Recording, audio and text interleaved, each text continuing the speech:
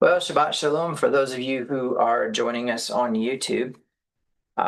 We are well into the Omer, and these are exciting times, exciting moments that we definitely want to take into consideration as we are going through everything. We're finding little nuggets and little pieces of wisdom, and things are very exciting. So today is no exception.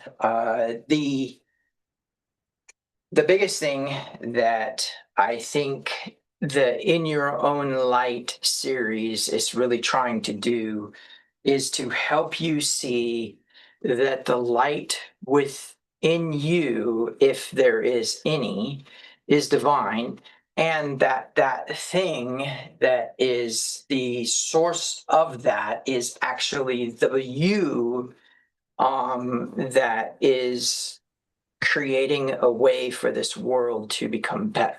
Okay. Um, Excuse me. Um, I used to have a friend who always say, sneeze on the truth. I don't know about all that. Okay. So, a couple things that I think are very, very important. The first thing we need to do is we need to understand a system. And I think the best way to do that is to understand the etymology of a system and then understand the simplicity of a system in order to really get into the complexity of a system. In fact, I think it was Buckminster Fuller who said that energy doesn't entropy, it just enters a new system. And I think that's a very powerful thought. So I think it is important as we're working through not only this Kabbalistic stuff, Christian mysticism and general Christianity, and I will comment on that for a moment. I will say this. Um, in recent times, I have found that it was necessary to be uh, extra critical of Christian believers because of some of the choices that they have made. But I want to make it clear. I've studied over 100 different religions, and my intention behind that was a decision when I found out about the feast days. And when I found out about the the truth about Torah, I became very angry and frustrated, and I decided that I no longer was going to accept generally accepted Christian theology, and that I was going to seek out the God that I wanted to worship. And if it wasn't going to be in Christianity, then it wasn't going to be in Christianity. And I'm sure there's a lot of you who would get really bent out of shape about that and say, oh, well, you were just losing your salvation. Rest assured, I have been very much made secure in my position. Okay. And I can tell you that it is not a malevolent position. So when I say that, I think what I'm trying to say is that I am very much a Christian, and I chose that path after studying many, many, many faiths. There's one very specific thing that I did not find in other faiths. Although I did find mercy and compassion. In fact, the very prayers that are said during a Muslim prayer, which is prayed a certain amount of times a day, um, has the word Rahman in it, which is similar to Raham, but in its pronunciation, and that's because it means compassionate one. And so I think it's really important that in the process of this, we realize that there was definitely, I found compassion in Hindu. I found compassion in the Zoroastrian religion, but only one religion offered imputation. And I need to make that clear. I think at the beginning of all the stuff that I'm about to talk about, I need to make it clear that my choice to stay with Christ was a free will, fully fully functional choice in good faith and sound mind. The reason for this is because it didn't have to be that way. In fact, I find the structure of Islam to be very, very desirable as a lifestyle. But then I found out that Islam is actually a derivative of the actual Abrahamic faith that is not Jewish, that is not Christian, that is not Islam, but is what Abraham believed at the time. And I can tell you it's a combination of the three, and it's a combination of none of those. Or I mean, it's a separation of all of those. He made him who knew no sin to become sin for us. Imputation has such a powerful, powerful connection to the divine. I can't find it anywhere else. I've searched, and I've searched with the intent of abandoning Christian doctrine and abandoning Judaism, any of the Abrahamic faiths. I can tell you there is a strong, strong appeal to, some of the earth religions. But in the end, there's only one that offers a clear conscience. There's only one that gives you something that you did not deserve, and that something that you did not deserve actually ends up being the light of all beginning of life. Now, there are a lot of things that we have explored and gotten right or wrong in our journey through our lives of Christianity.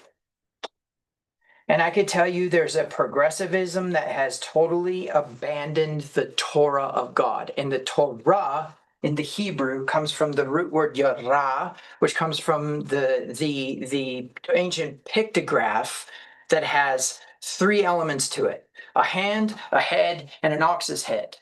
And the hand and the head mean to turn the head or to point, or the hand of man. Okay? And it's the idea of casting a finger outward and saying, go this direction, right? But it is also the casting of a finger downward as if to say, go this direction. And it means rain, it means teachings, it means a river, it means the wind, it means so many things. But in the end, Torah is a directional or a vectored energy. What I mean by that is that it has a endpoint goal, or at least it has a direction that it's supposed to go, and it has a magnitude. Okay, that's what makes it vectored. Now, where this becomes important is when we start to get into the philosophy of abandoning the instruction of the intensification of all power in the universe. Now, I've gone through a number of different analogies that are anthropomorphic. And what do I mean by anthropomorphic?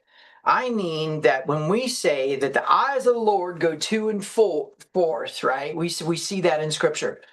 Well, let me take that back. We see that in the Psalms, right, that were written by David. The eyes of the Lord go to and forth, looking for someone who does good, and found none. Well, let's talk a minute about all that. First and foremost, does the intensification of all power in the universe have eyes? No. Does the Elohim of the intensification of all power in the universe have eyes? Question, why did I say Elohim? Because there are reductions, there are transformers reducing the amount of intensification so that something can even possibly exist in that magnitude, which is actually immeasurable and is increasing, that throws all of our known mathematics off. Because in our ability even to do calculus, we have a number that represents an infinite amount of numbers, but it's still a number. So I want you to think beyond infinity, right?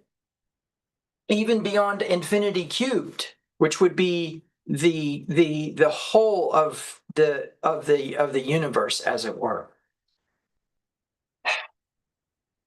you need to understand that that thing does not have eyes, and that eyes is a representation of some sort of energy that is doing some sort of action, not searching, right? Because searching is a human endeavor.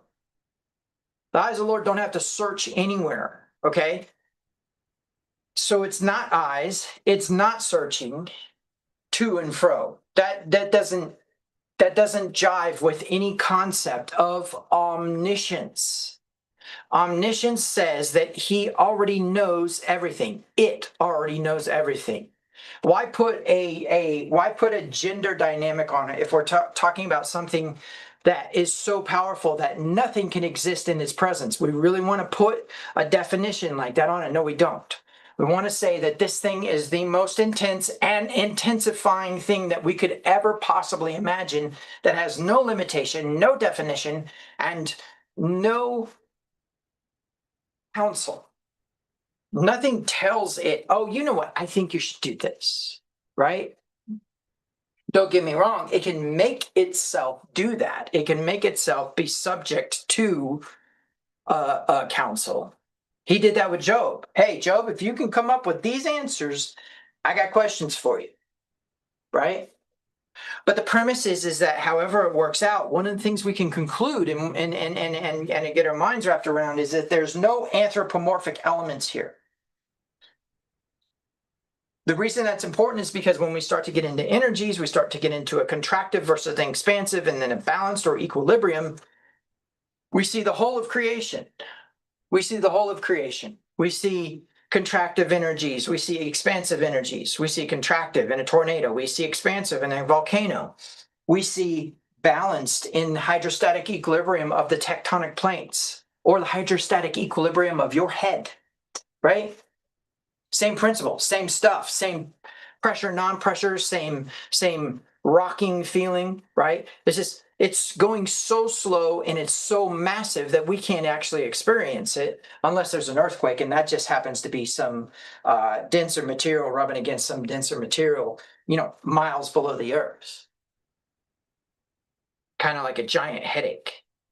All right, so the important thing that we need to kind of drive towards is that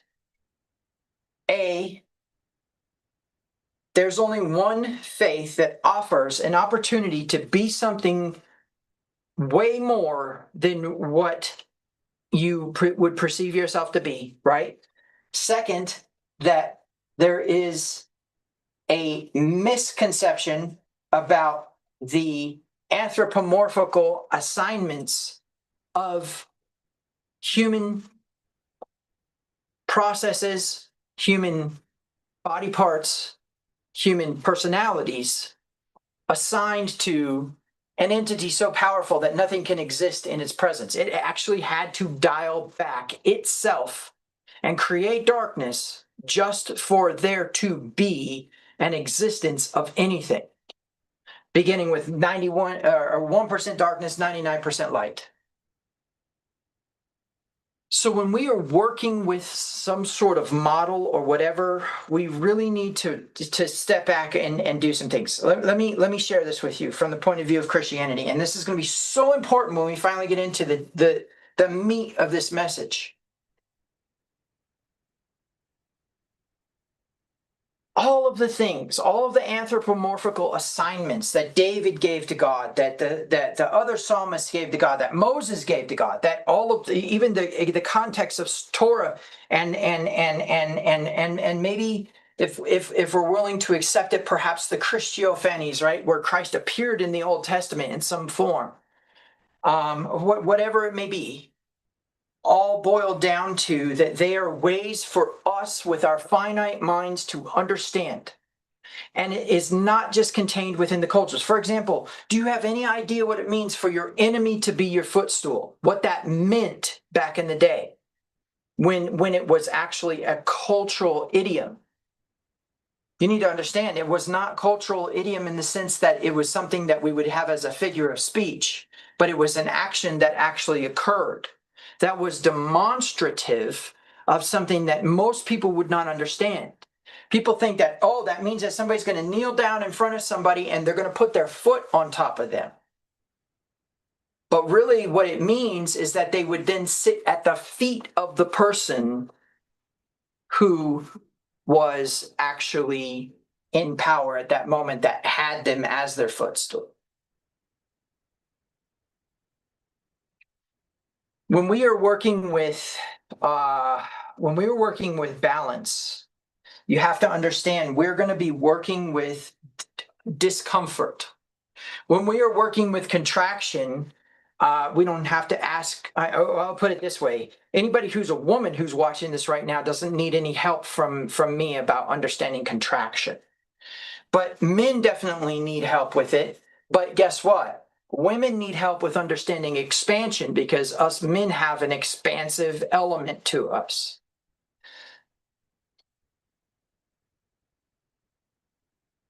When we're dealing with a bride, you need to understand there are 3 points that need to be brought forward. First of all, that is an anthropomorphic assignment to an energy. And I'll explain that in a minute. Because what you need to understand is that at the higher levels of vibration, there is no matter. Listen, all you got to do is go one second faster than the speed of light, and matter gets all screwed up. Which is why we need a very special kind of technology to travel even at the speed of light and survive the trip. You need to understand that when we're working with the laws of physics that we already know, that also is anthropomorphical, which means somewhere along the lines we're actually encountering an energy that we don't understand. And we're going to get into that today. So now what I want you to do is I want you to, for a moment, accept that every single last element of the Bible is written in such a way for a human being to relate to. It is not a cosmic document. And I will tell you that the rabbis concluded this, and even though that they concluded a little bit in the form of an erroneous element, there is a part that should be considered within it. Let me explain what I mean. So there was an argument with a rabbi, and there was some other rabbis, more than one, arguing with a single rabbi who was a very, very wise rabbi. They were arguing over something relatively frivolous, but in the end, it became so important to the discussion about clean and unclean that the rabbi said, well, if that's true, then let the trees answer. And of course, the trees outside blossomed or something like that. I can't remember what they did. Maybe they waved their branches. I don't know. And then there was another thing where he said, let the synagogue answer, and the walls of the synagogue bowed in, right? And there's another one where he said, let heaven answer, and the thunder and the lightning and all kinds of storm stuff happen. So in all 3 instances, the rabbis say, we will not listen to the trees. We will not listen to this. We will not listen to that.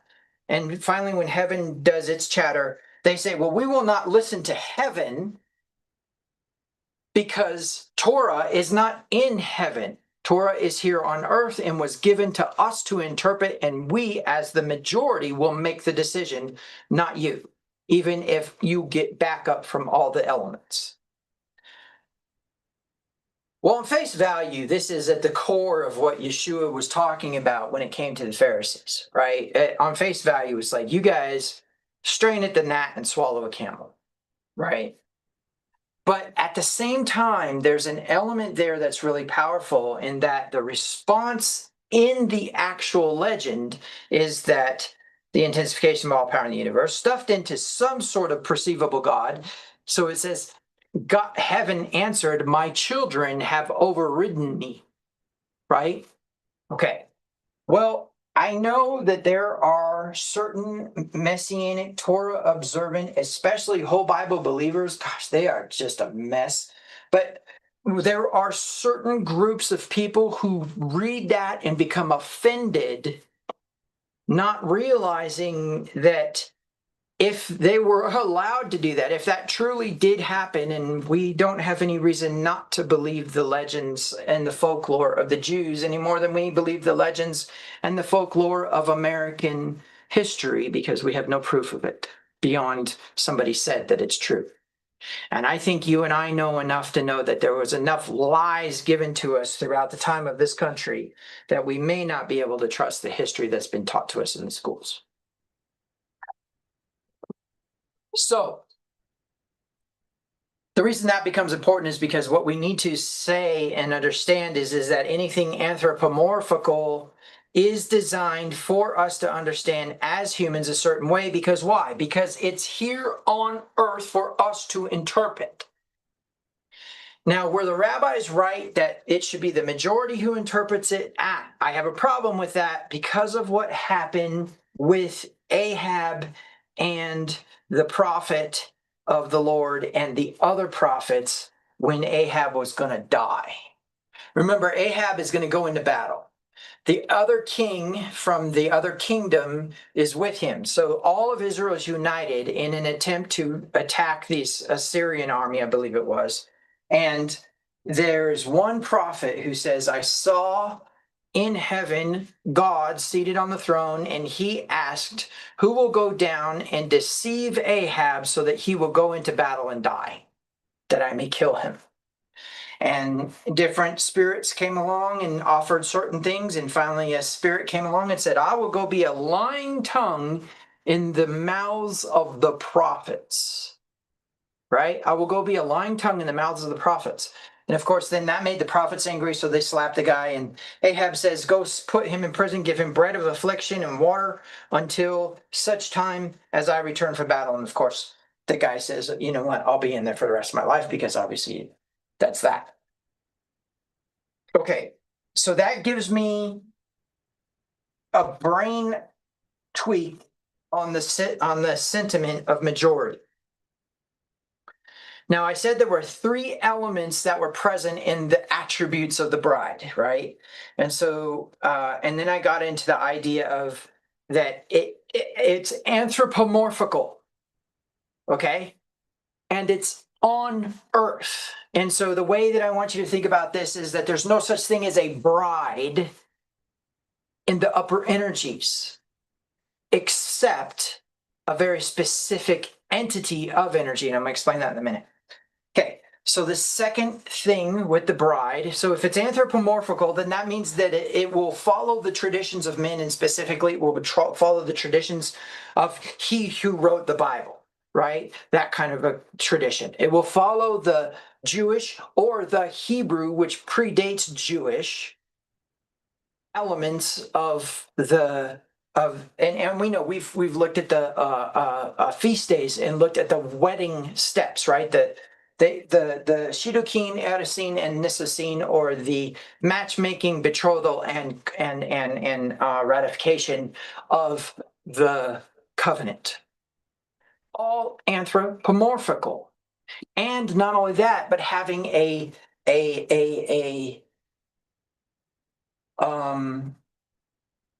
cyclical element to them that is also happens to be anthropomorphical. We'll explain that later.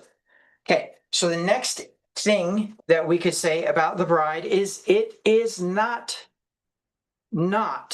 plural. In fact, let's go ahead. Let's put these. Let's list these on the board, because I know that when I write on the board, people write things down.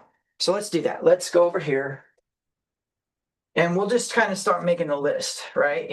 Okay, so we have number one is that it is anthro.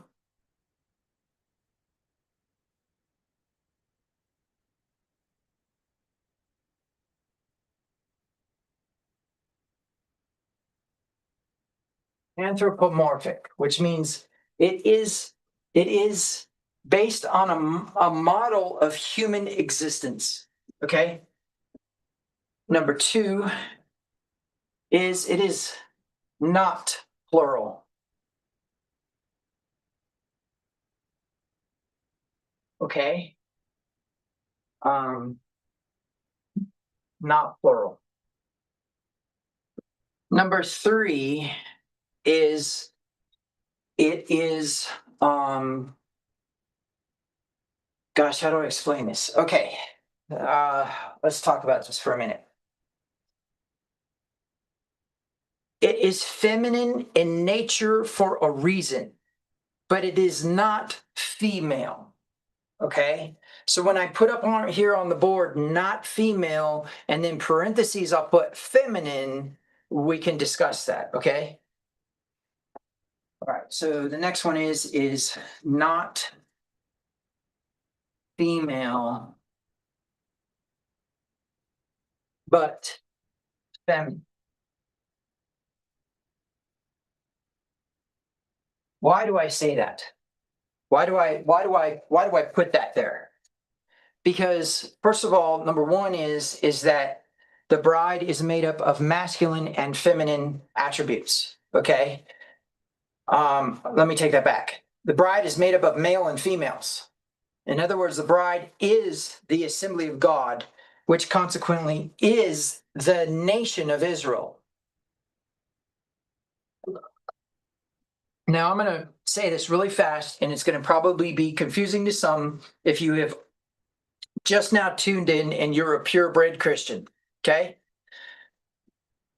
The grafting in that occurs in Romans 11 is an adoption reference because of Romans 11:25 that says the fullness of the Gentiles, which consequently is the blessing that was given by Jacob to Ephraim, saying that Ephraim would be the fullness of the Gentiles, the Melo Hagoyim in the Hebrew, and the fullness of the Gentiles in the English in Romans chapter 11, verse 25. The reason this is important is because Paul is referencing the adoption, which he references also in chapter 9, verse 5, I believe it is, where it says, to whom belongs the adoption. Israel received the adoption when Ephraim, who was born of a Gentile and who was raised in a Gentile nation, was adopted back into the Hebrew bloodline of Jacob. And Joseph did not receive an inheritance. His children did, which was a great honor that the grandfather had bestowed upon the children the right of the firstborn, which we could get into all kinds of mess about that. Now, when we talk about the northern and southern kingdom, we have the southern kingdom being the southern kingdom of Judah and the northern kingdom being the nation of Israel. Then we understand that when the nation of Israel was taken and scattered throughout the nations, right, throughout the Goyim, throughout the Gentiles, the uncircumcised Philistines, that it was impossible for her to be remembered or to be traced. Whereas Judah was preserved. Now, Judah is the lawgiver, so Judah preserved Torah, and the scepter would not depart from Judah, right? And so we know that Judah was supposed to be the king and the lawgiver. So there's basically Judah was supposed to be the enforcement, the teaching, and the rulership of Torah. Okay. You need to understand, if a person is referred to as a Jew, they're the tribe of Judah. And the other tribes, we don't know where they are or who they are. But we do know that when Yeshua died, he said, behold, I draw all men to me. He was drawing back the rest of the Israelites back into the kingdom in such a way that there would be an adoption, which is what gives Gentiles, uncircumcised Philistines, the option to come into covenant. And by coming into covenant, then there would be a circumcision of their heart, in which they would express their condition of change from Gentile to Israelite in the process of honoring and keeping Torah, which eventually that would result in the circumcision of the flesh, but not as a condition of their adoption. And that's what Paul was trying to get across to everybody, and that's what Peter was trying to get across to everybody. Okay, so I said I would say that really fast. Get over it. If you need to really know this stuff, you can contact me, or better yet, you can go study it for yourself. Just go read Genesis chapter 48 and Romans chapter 11, verse 25, and you'll get your head wrapped around what you are and what you are supposed to be doing versus who you are now, or who you think you are, and what you think you're supposed to be doing. Okay, all of that just to say that when we're dealing with the bride, we are dealing with a non-conditional position. Okay, so in a weird sort of way, the way that I want you to think about this. So let's get our heads wrapped around this. So in Romans chapter 7, Paul says that the woman is released from the law of her husband if her husband dies. And that is a result of the problem of adultery, right? And so now here's all of Israel who has committed adultery, been scattered to the nations.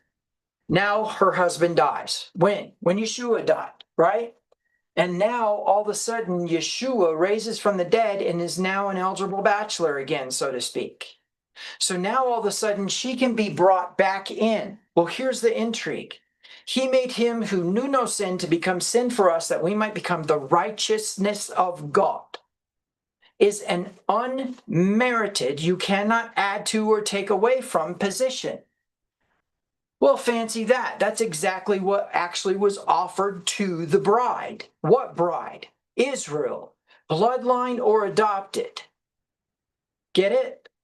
The righteousness of God is the bride. And so when we get our minds wrapped around that, we get our minds wrapped around what righteousness is. Righteousness in the ancient pictographic Hebrew is an equal distribution of wealth. What wealth? Well, there is only one wealth of heaven, and that is the light. So an equal distribution of the light then would be an equal distribution of all the energies given through the bride in some way, okay? Now there's another piece to this puzzle that really needs to be discussed, and that is when we're dealing with the bride, we need to realize, in fact, I'm going to put it up on the board. When we're dealing with the bride, she has an immaturity and a maturity. And maybe I'm not going to put it back up on the board. Maybe I'll just explain it. Remember how the yod travels from the word yachal, which is to be able or to be willful, to what? To heal, which is kaf yod lamed, which is prisoner or bound, a person who's bound, to what? Having the yod move to the other side. So you go from the right hand to the middle to the left. Now here's the intrigue. Who sits at the right hand? Him who is in a position of honor.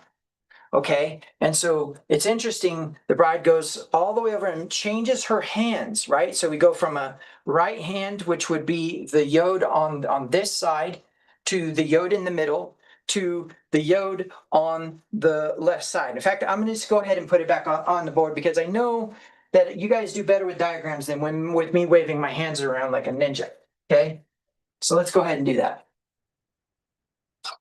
Real simple. I'm just gonna paint it out here really quick. I'm not gonna do a whole lot of explaining. You can go back and watch other videos, okay? And I could tell you this revelation came to me actually in a dream. I'll explain that sometime, maybe in a book or something, how all that happened.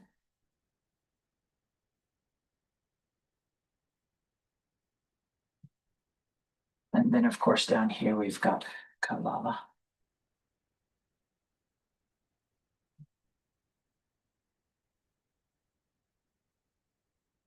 Okay, and I'm just going to label these real quick. So this is able, willful.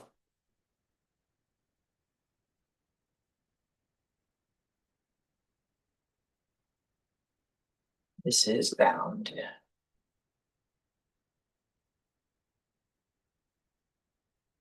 This is vessel. This is bride. So the reason I wanted you to remember that is I want you to remember there's a process by which she becomes the bride, which we necessarily need to get into today. But switching back over to this, I think I'm going to go ahead and put down here that, let's see, anthropomorphic, not plural, not female, not, or I mean, not female, but feminine, and let's see, what was the fourth one going to be? I'll come back to that.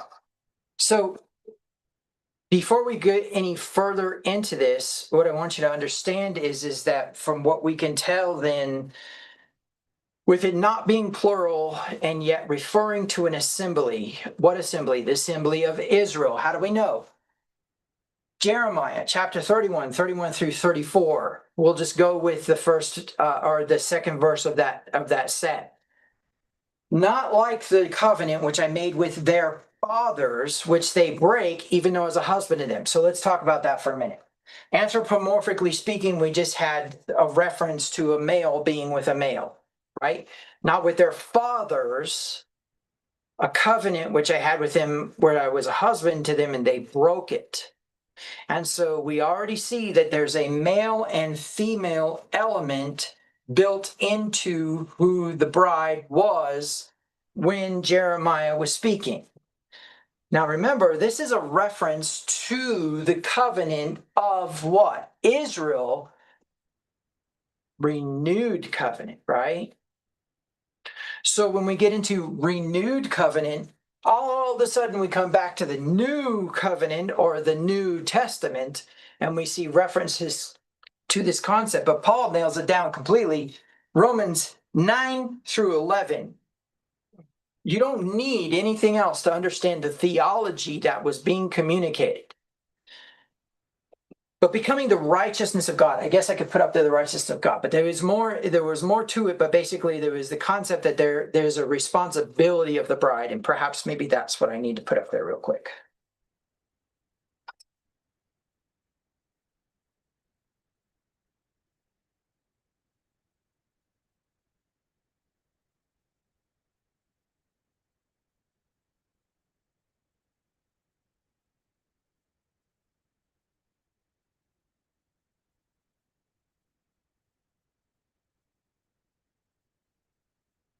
As a responsibility as the bride. Okay, now what I want to get your head wrapped around is the idea that there is the bride is not what you think it is, because the bride to us is anthropomorphic, right? We think bride, and immediately we have a man-made traditional actionable thing, right? A wedding, the bridegroom, the tokens of virginity, the consummation, the wedding week, the wedding chamber. There's all this reference to wedding, bride, right? And in fact, the first reference to the entire beginning of Torah has a bride involved in it. You probably won't know what I'm talking about because you probably think I'm talking about Eve, but I'm not. There's a bride built into this 7 days. Okay, so now when we are working with an anthropomorphic reference, we can use all those traditions as information as the law of correspondence, right? The Hermetic principle that as above, so below, but also Paul says the indivisible attributes, the divine nature and the eternal power of God can be seen through that which has been made. So Paul reiterates this thing, and the premise is that there is an ancient esoteric belief system that says that what you see in front of you tells you about what's above you. That's as simple as it goes. And even Christ said in his prayer, on earth as it is in heaven, as what? An acknowledgement of that truth, right? If people could get their heads wrapped around that prayer instead of just repeating it like he told them not to do. Don't do vain repetitions. And what do? We have beads that give us instruction to say it 100 times. Okay, so anyways, then we have not plural. If you think for a second you're the bride, you're wrong. But you're also right. Let me explain. The reason why it's dangerous for you yourself to think you're the bride is because that immediately identifies you as not the bride. Let me help you understand. When a football team goes onto the field, whether it be offensive or defensive, the team itself has individuals who have individual responsibilities as the position they play. But the entire team is working against the entire team. And if there's any one individual trying to be the team on their own, not only will they lose the game, but somebody's probably going to get injured. Okay. Second is the team itself represents the whole. Although at the end of, say, the Super Bowl, we do have an MVP, the truth is the entire team gets the Heisman. What's my point? My point is that when we are working with the bride, you need to think in terms of the other. You need to think in terms of the fact that you can't be the bride without one other person. Listen, if it fell down to that wicked of a world where there was only two left, we would have the bride. But if there was one left, there would be no bride. The bride is not plural, it's singular. The word bride is singular and is representative of an anthropomorphic concept of a covenantal relationship with a female in terms of a male. And what I mean by that is that when the intensification of all power in the universe seeks a representative thing that it wants to pour or bestow all of its benevolence upon, it creates a feminine principle. And at that moment goes from it to he, because now there's a she, which then we could potentially just label as Yahweh and leave it alone. But the problem is that in all that process, we lose touch with the difference between a stable and unstable system. Now, in all that, it's very important for you to know that even when I say stable and unstable, I'm not meaning that it is something that could disintegrate or something that could fall apart, but instead that it is very dynamic and changes very quickly in its processes back and forth.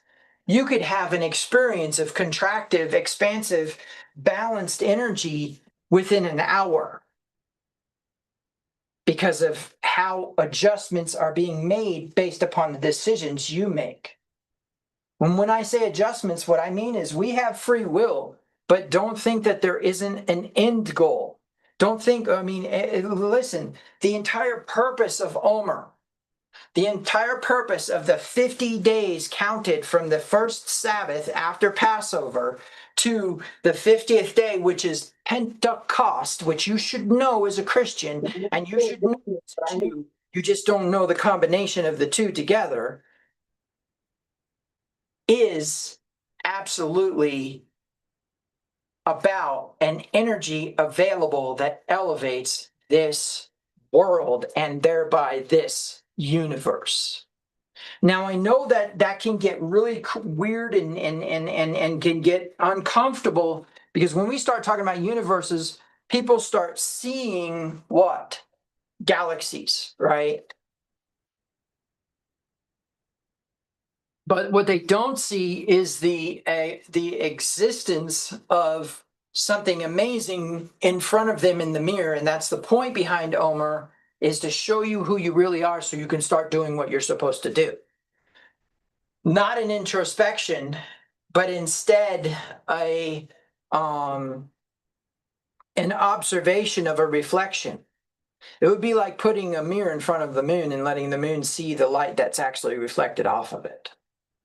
Okay, and so when we're working with the concept of the bride, we're not dealing with female body or anatomy or personality of mind. We're dealing with the feminine principle of reception and contraction, okay? And then she has a responsibility as the bride. I'm going to give you end game, and you could just turn off the video right now and go figure out your life. Okay? So here's the end game.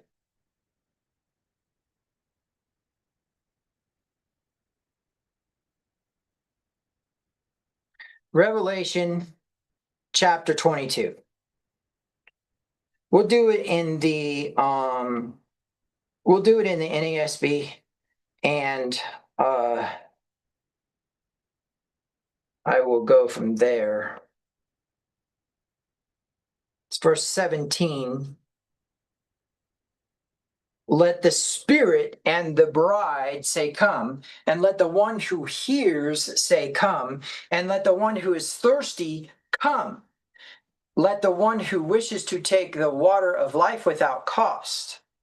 Okay, we're not going to get into the dynamics of that verse, except to say that the Spirit and the bride and the one who hears are the thing that causes what? Well, looking into verse 20, he who testifies to these things says, yes, I am coming quickly.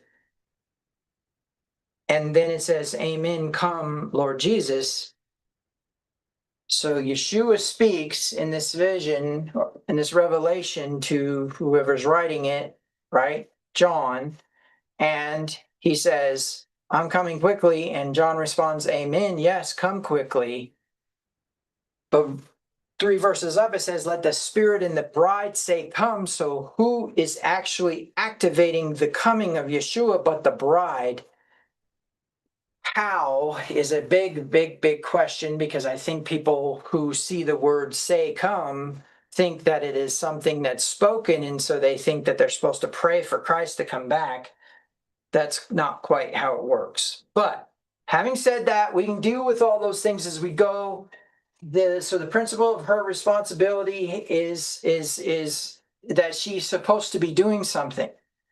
Okay, now, when we are working with the reality of who we are, and we're working with the context of man, anthropomorphic or man or human topics to try to express information about God topics.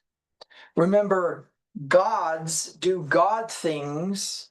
In fact, gods do God things even if they are in denial about being gods. So that means that things that are gods have a tendency to tend towards God things, means that the bride has a divinity to her. Why? Because I've already established with extraordinary amount of scriptural backup, personal experience, and then an understanding of why it would have been suppressed and why it is forbidden from the practice in Christianity. You are an Elohim. Now, that German tectonic word God will trip you up so badly that if I tell you you're a God, you will go into complete denial that you are, but that doesn't change what you are. But I'm not saying you're a God, I'm saying you're an Elohim. But you need that word God, because otherwise you don't understand the magnitude of what you really are. But you need to understand that the actual corporate collective consciousness that is the bride is a God, an Elohim, all on her own. I'm going to let that sink in for just a moment, that the bride is an energy. And very specifically, she is a contractive energy. But what you also need to know is that the bride is evidence of something, and we'll get to that.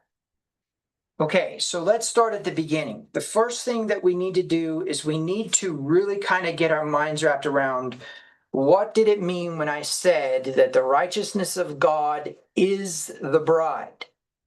Okay. Well, first and foremost, I think it's very important to understand that the equal distribution of wealth is an expansive energy and yet at the same time contractive and is as the result of a contraction. Okay. So to illustrate that really quick, we're going to talk about a glass of water. That's not the board. That's the board. Okay. So we're going to talk about a glass of water to begin with. So I'm just going to go ahead and illustrate this really quick. We have a cup here and we have a pitcher here of water. The cup, we're going to just go ahead and label as empty, represents a contractive energy. I'll explain that in a minute. Okay, contractive.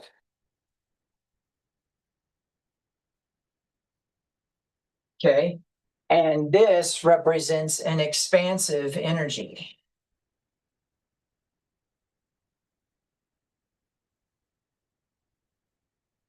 Okay, and of course, this is full. So we also know that this is the lesser, and we know that this is the greater. Not that great, that great. This is the greater, and we know that a transference of that information is going to end up being flow, right? Is it flow backwards? No. Why? Because that's the greater and that's the lesser. And we know that there is a law that says that things go downward from above. Okay? They go from an upper to a lower, from a greater to a lesser. We know also that this being full, this being empty, that there is going to be a cost. Okay? And so what's interesting about this is that as we begin to transfer, there's a very specific attribute necessary for this, and that is compassion. Okay? So compassion becomes the conduit or mechanism by which there is a transference from the greater to the lesser. The compassion just so happens to be a balance, right? And the reason for that is because it is both kindness and severity. And why do I say that? I say that because in order for compassion to be activated, there has to be an empathy of the suffering. In other words, compassion will look upon the economic structure of the lesser with a pain in their heart. So that's the kindness, right?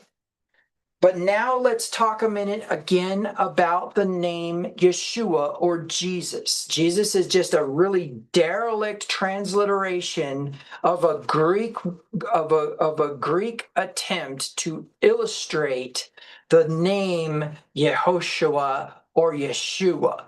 Okay?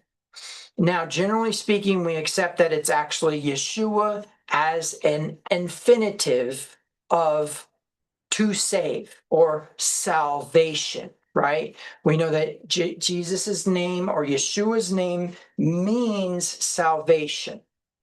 But what you don't know is that it doesn't mean salvation how you would think. You would think, oh, it's actually a get out of jail free card. It's a preservation from the wrath to come, as it were, in the sense of hell, right? However, that's not the case. What is the case is that it actually, in the ancient pictographic means to crush the skull of the predator who is eating the lamb, which means the lamb will have to have already gone into perdition in order for there to be a deliverance. Yeah, I don't think you Christians are ready for that one, because then you need to really strongly consider your theology concerning hell. But the premise is that basically the short version is that the word Yeshua comes from the word Yasha, which means destroyer watches. What destroyer? Christ. As what? As the one with the rod that will crack the skull. A rod was usually made of a bone or a stick and a stone or some really, really, really hard wood with a knot on the end of it that was designed to crush a skull. What skull? The skull of the predator who took the sheep. Because how will we know that the sheep have been taken unless the sheep cries out? And when the sheep cries out, then the deliverer comes, and then the deliverer snatches violently from the predator. Now, when we get our thoughts wrapped around the second part of the word compassion, we find in the ancient pictographic Hebrew it has two elements. One is to have an extreme pity or regard for the suffering of the entity that the compassion is being directed towards. Second is a zeal and a strong desire to deliver that one. Hebrew word deliver, smash the skull. Okay? So that's the severity. All right. So kindness and severity are balanced in the context of compassion, which is the conduit that moves the energy from the greater to the lesser. Case in point, and a simple one, right? You're walking down the street one day, and a guy is sitting on the side of the side in front of a storefront or something, and he says, "Hey man, do you got some change?" And of course, you get into your wallet and you get a $5 out and you give it to him, and you keep walking. You just changed his economic status. You just violently removed him from his suffering, right? Through the act of compassion and then the severity of deliverance. And so you could see where the economic system is occurring here. But there's a question, or not a question, but there's a thing that occurs, and that is that what happens is, first of all, since they are a greater, they have more than enough. So all of a sudden, this guy's full, and what has happened? This guy is reduced, which means what? This now here, and maybe I should have illustrated this in phases, but you could draw another picture with this. Now this is a contraction, or a need to be filled. Okay?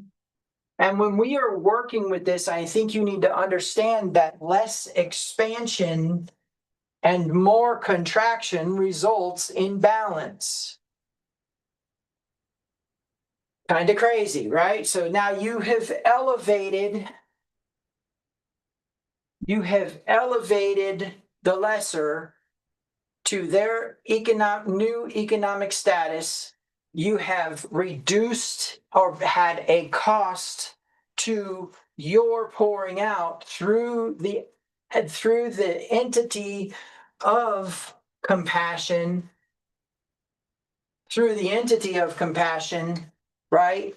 And that entity of compassion is now what? Creating the balance of kindness and severity in the sense of empathy for the suffering and a strong deliverance. And so now you understand the dynamic of the transference of the greater and the lesser has to be a result of compassion.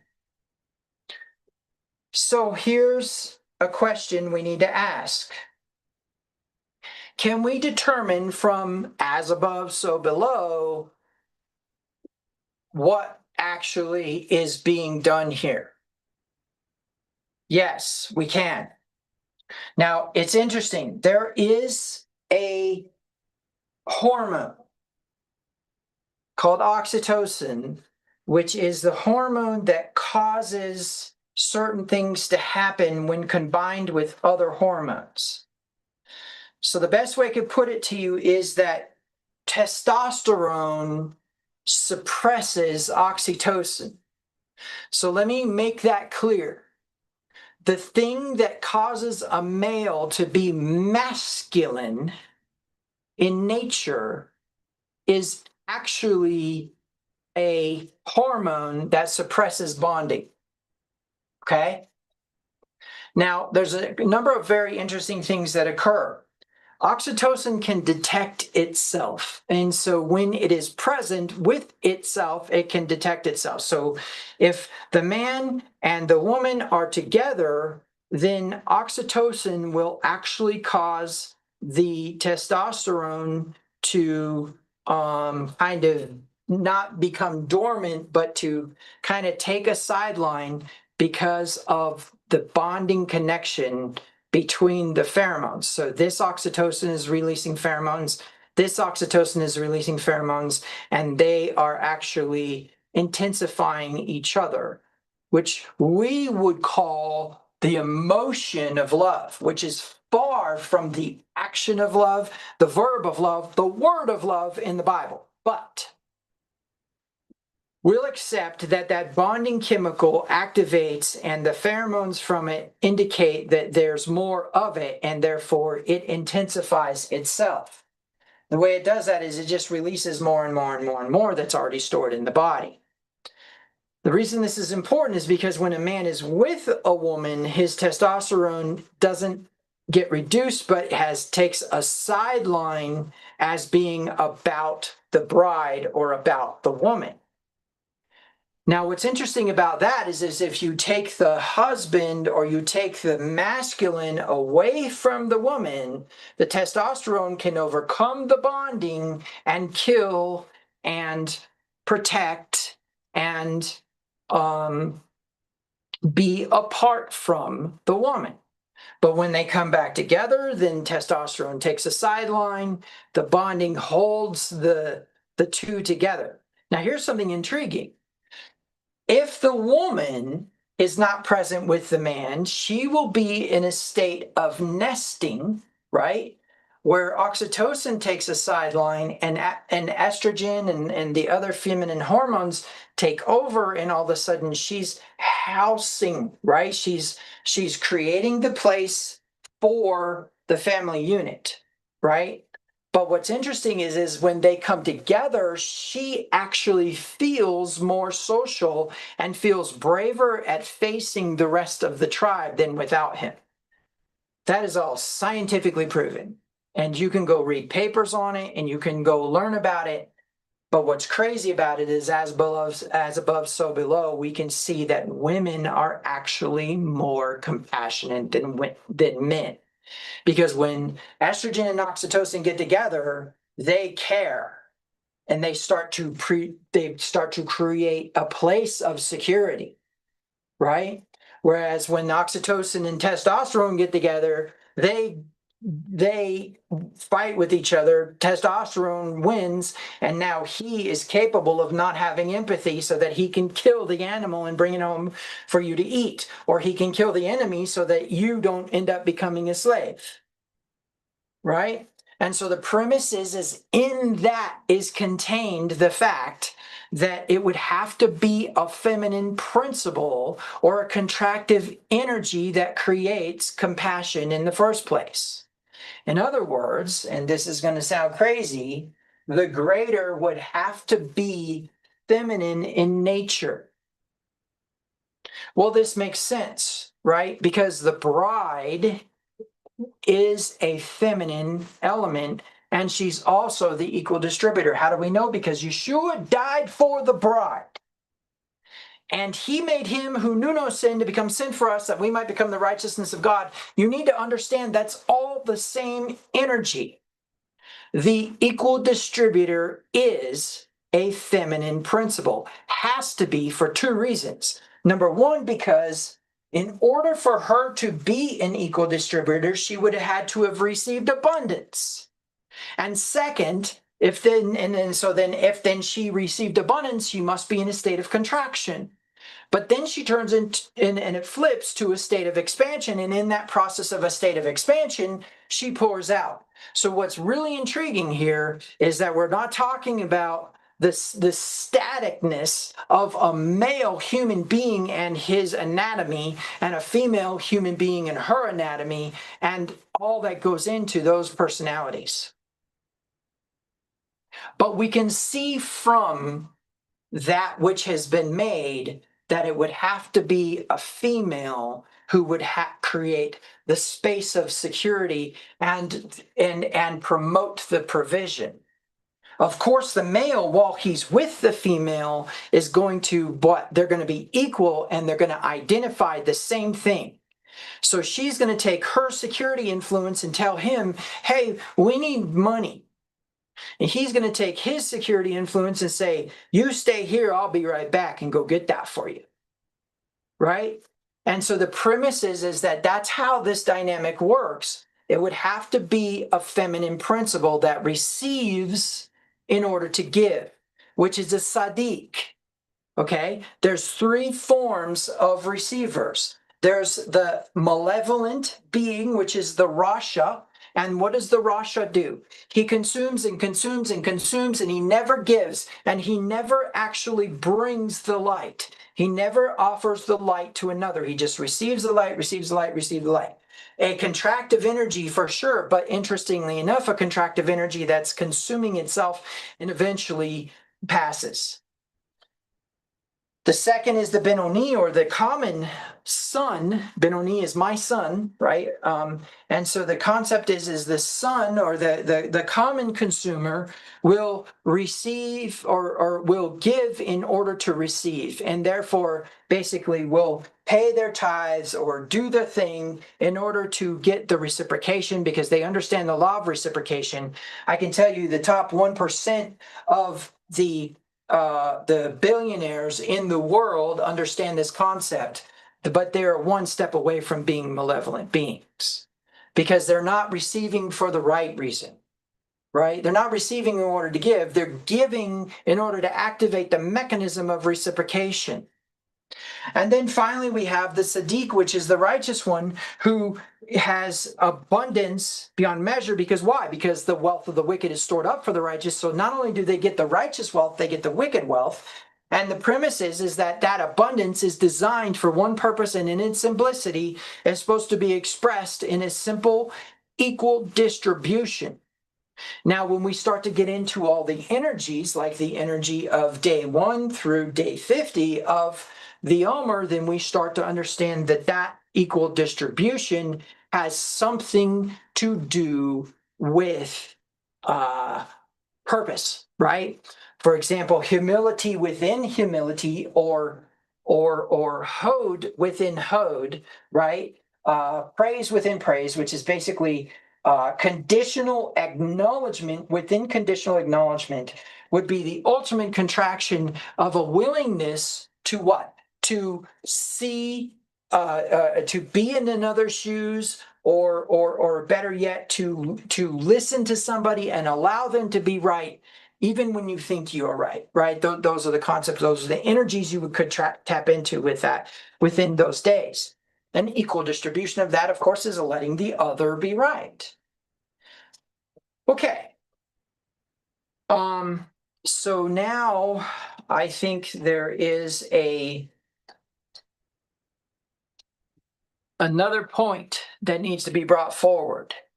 And that is that if we are dealing with, he made him who knew no sin to become sin for us, so we become the righteousness of God, and that righteousness of God is the bride, we know that it's not plural, it's singular, because it is a singularity or a singular entity. That singular entity is all of the energies converging, okay? And so when we think about all of the energies converging, what we need to think about is the idea that there is an intensification of the energies in a in a set of attributes.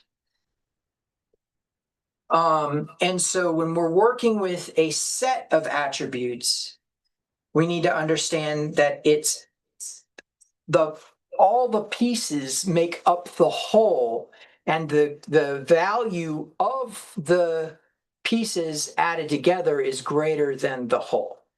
Okay. So the bride is not a single individual and has to at least be two. Where two or three gathered in my name, so there am I, right? There are two cherubim facing each other on the mercy seat, two cherubim. Okay. Solomon says two are better than one. And now we understand a little bit more what they're talking about. But let's see if we can get our minds wrapped around the wedding steps of the bride and the context of what it means, like the bigger picture. Okay. So I think most of you are used to this diagram. In fact, you might even be sick of it. But if you have gotten your mind wrapped around it, then you can understand the depth of the next level with this. So let's see. Let's just go ahead and label these really quick.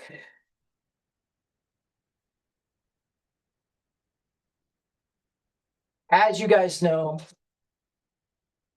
these are the pilgrimage feasts.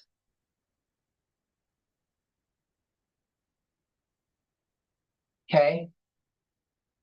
These are the pilgrimage feasts. And when we're working with this pilgrimage feast system, we are looking at the wedding steps as, let's see, let's do a different color here.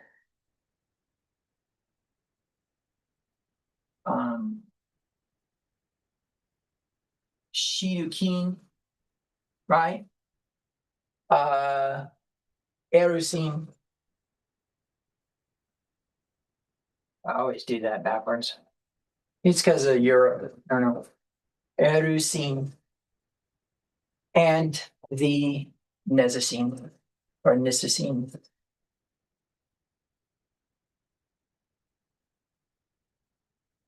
Nisasine. And of course, we'll go ahead and label these for the sake of this. This is, of course, the matchmaking. This is the betrothal. And then this is the ratification, which will also be the consummation. Okay, so we have the matchmaking, the betrothal, and the ratification. Now, the part that's important is now we have Passover to Pentecost, and so what we know is that then this results in a system called the wilderness season. And then we have a system called the golden calf season. I'll label those in a minute, okay? But what's interesting in this is that this time period from Passover to Tabernacles is a time period that has another bracket. Let's go ahead, and I think I'm just going to do that color. Hopefully that shows up really thick. In fact, just let me make sure the pen's all the way up. Yep, it is. Okay, and so from about right here, and I'll just put a break in the line here, all the way over to here is the flood. Okay. And so we know that the entire feast day season is a system of justice, a system of judgment. Okay. That purple line represents the flood. Literally the context of there being a raining down without ceasing. Now, when we understand that Torah is the throwing of a finger, right? The Torah is a throwing of the finger, go in that direction. That's Torah right there. Remember that image. That's Torah. Okay. Yara is a throwing down of rain. And so Yara Yore means to rain. And so when it says it rained 40 days and 40 nights, we know that that actually lasted a lot longer than that. And when we put it all together, that ends up being the whole feast day season. We understand that within that whole premise is a judgment in the sense of an equal distribution of justice. There is only one reason why the intensification of all power in the universe will conclude that only 8 souls were worthy of salvation. Okay. I'm going to ask you a question. Was Noah saved before the flood? Or was he saved in the flood? Right? So here's the deal. The rest of the entire world drowns in the flood.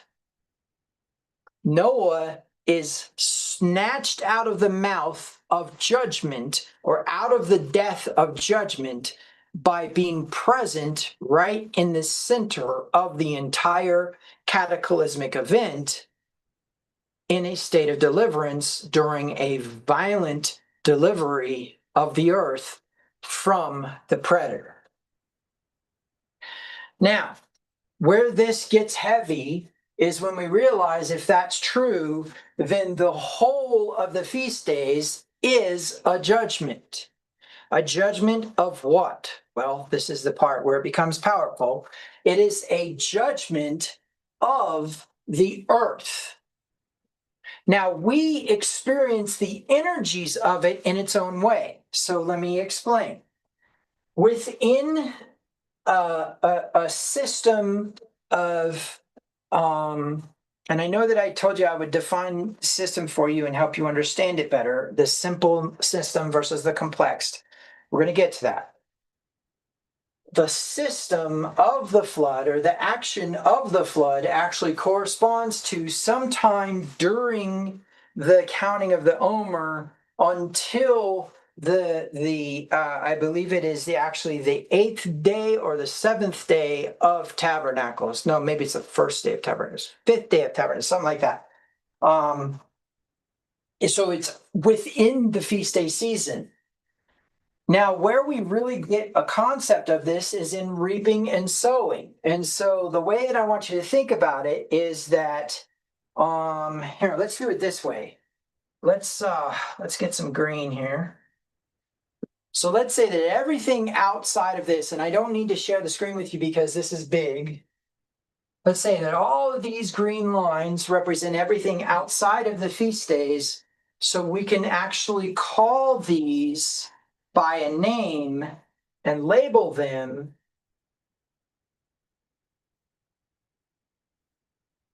so. Okay? So. And then we can label this entire thing. So what I'm going to do is I'm just actually going to bring the purple down.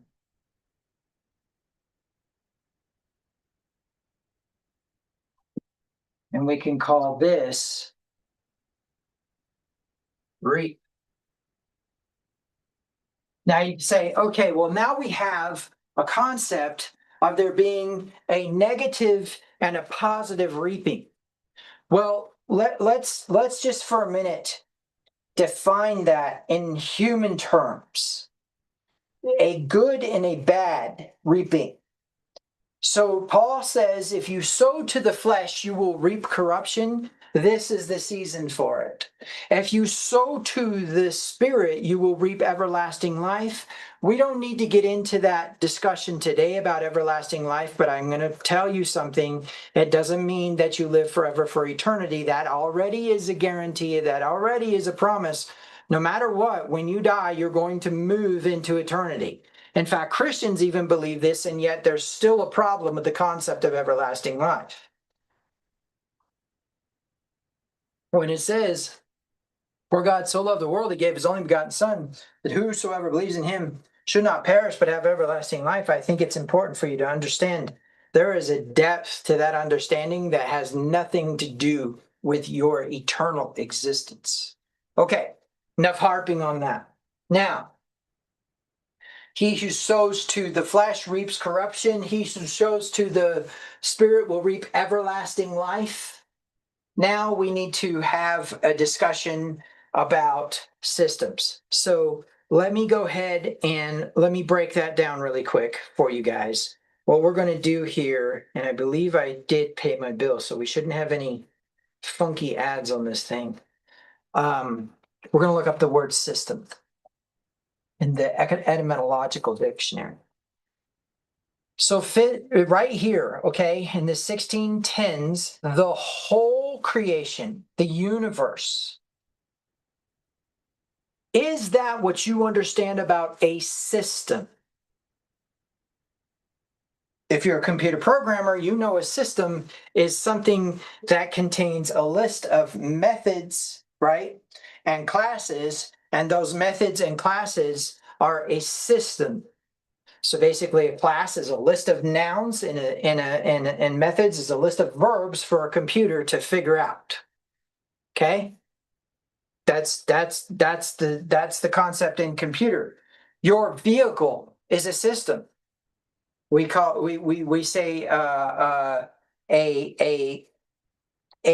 ecology of certain animals, flora and fauna, right? Plants and animals in a climatic environment of some sort, right? In an environment with a climate is an ecosystem, right?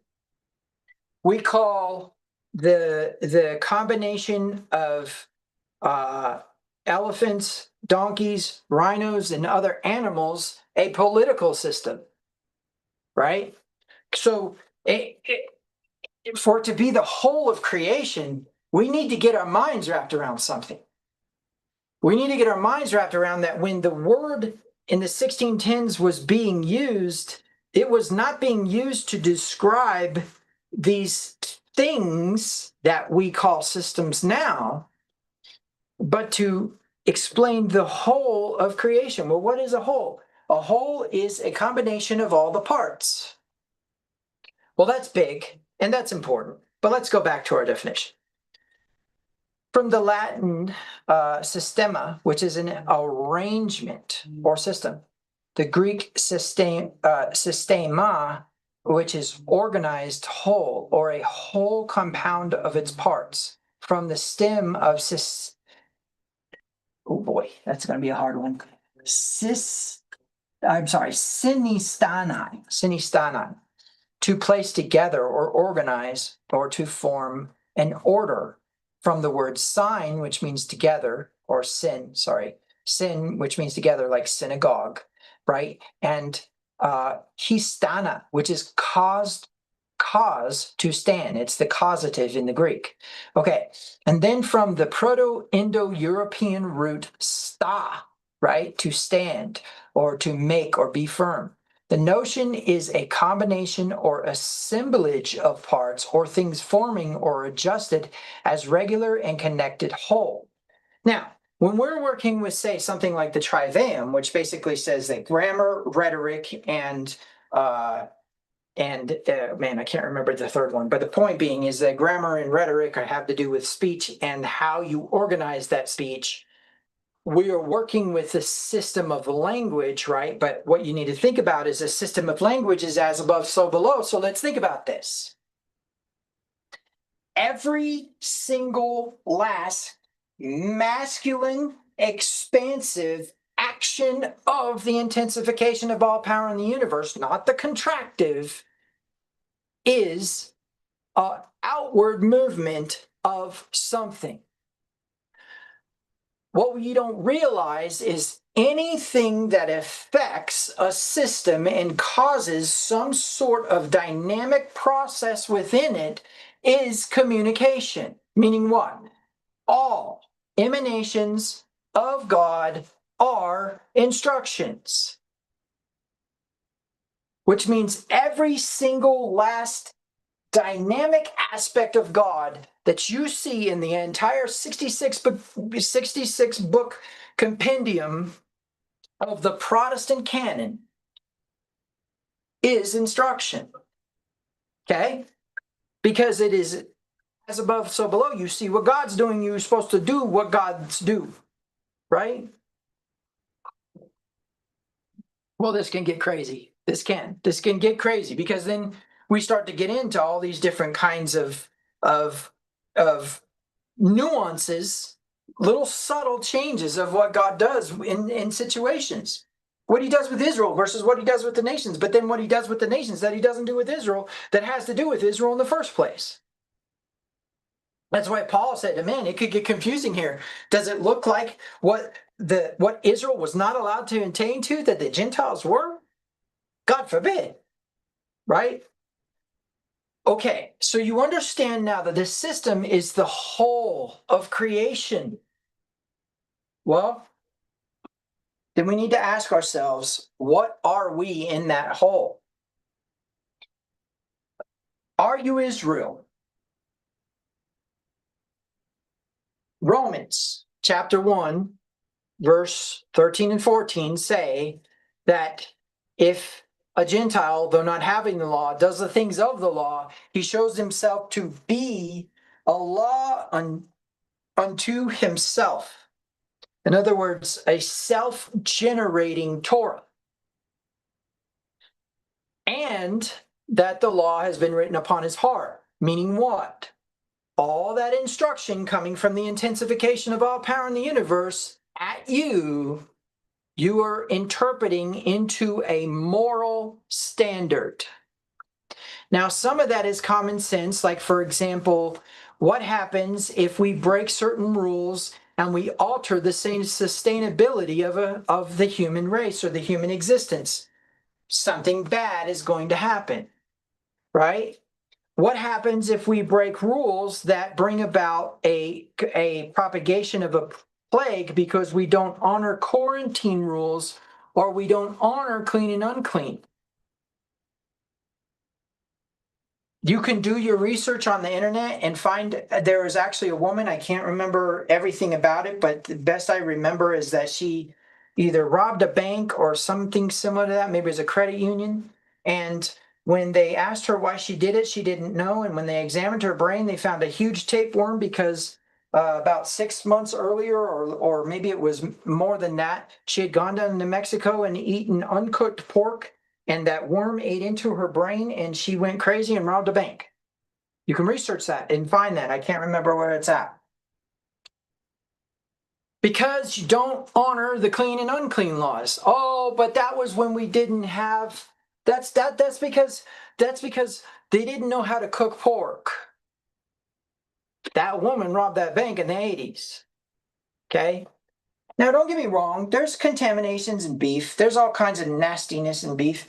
But the truth be told is that beef is designed, when it is raised and when it is treated correctly, to be a very, very, very powerful nutritious system because of its ability to not only filter with its first stomach parasites and biologicals, but in the second system to filter toxins, poisons out of the stuff. You literally, in a lot of ways, could actually put poison on the grass that the cow eats, and they're going to filter it if they're fed correctly and treated correctly. Now,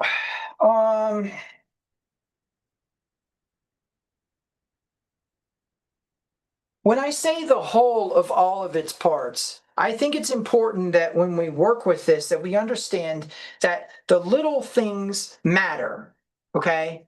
The bride is made up of it all. The bride has brought this thing to fruition as who? Somebody who is obedient not only to the covenant, that would be the bound part of her, who is able to carry out the instructions that she's given. That's the right hand side. The left hand side is to become the vessel or the contractive energy, and as a result she becomes the kalala, the bride, right? Okay, and so all of those components play a role. And so when we're working with this system, we need to understand that there's an a contractive element, an expansive element, but that the entire thing is a balanced element, okay? Which is where we have the balance, where we have the ebb and flow. Now, you notice I'm not putting on here the spiritual right now. And the reason I'm not is because I believe that the system of the spiritual is congruent with the system of the physical. Let me explain what I mean. We know from all of our learnings that this this system here is the golden calf.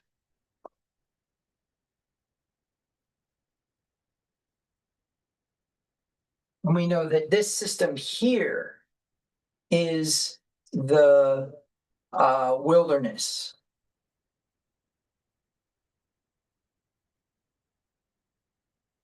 And we know that those systems have within them the contractiveness, which, think about this, actual literal contractions of the stomach and expansiveness of the fullness.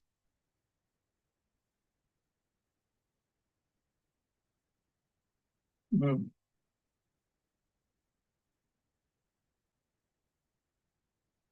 Right? So we have the, did I not put a P? That's funny. The expansiveness and the hunger, right? Or fullness. Actually, yeah, you know what? Let's do that. It's not really just gonna do that. Okay, let's just go this way. Okay, let's go ahead and let's just write that as fullness. Okay. Now, the way that this works is that the entire system is a reaping, which is a balanced system. Okay.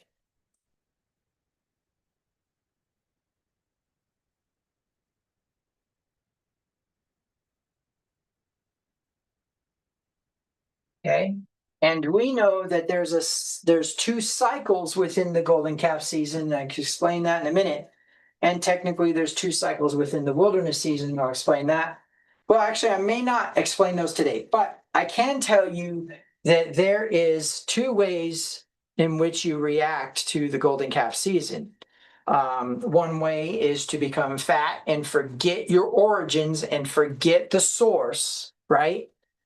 In other words, you just have so much abundance coming in that you stop having wisdom about the truth behind the abundance, which I'll get to in a minute. And then the second is that the golden calf season has in it the remembering the source and remembering your origins, right? An example of this would be the cupbearer for Pharaoh that had the dream. Joseph interpreted it, and the cupbearer went back to work for Pharaoh, and Joseph had asked him to remember him and make mention of him. And of course, the cupbearer went right back to work, got his satisfaction, went into his fullness, and forgot the origin of his survival. The very reason he was alive was because he had the dream and Joseph interpreted it and prophesied that it would come true. Okay. Now there's some people that say, wait a minute, he dreamed it, therefore it'll come true. Do you really want all your dreams to come true? Because I'm going to just say that some of them are a bit scary. All right, so the premise is that Joseph prophesies it, therefore he goes into it, gets satisfied, forgets about Joseph for 2 years, okay? Now, in that whole system,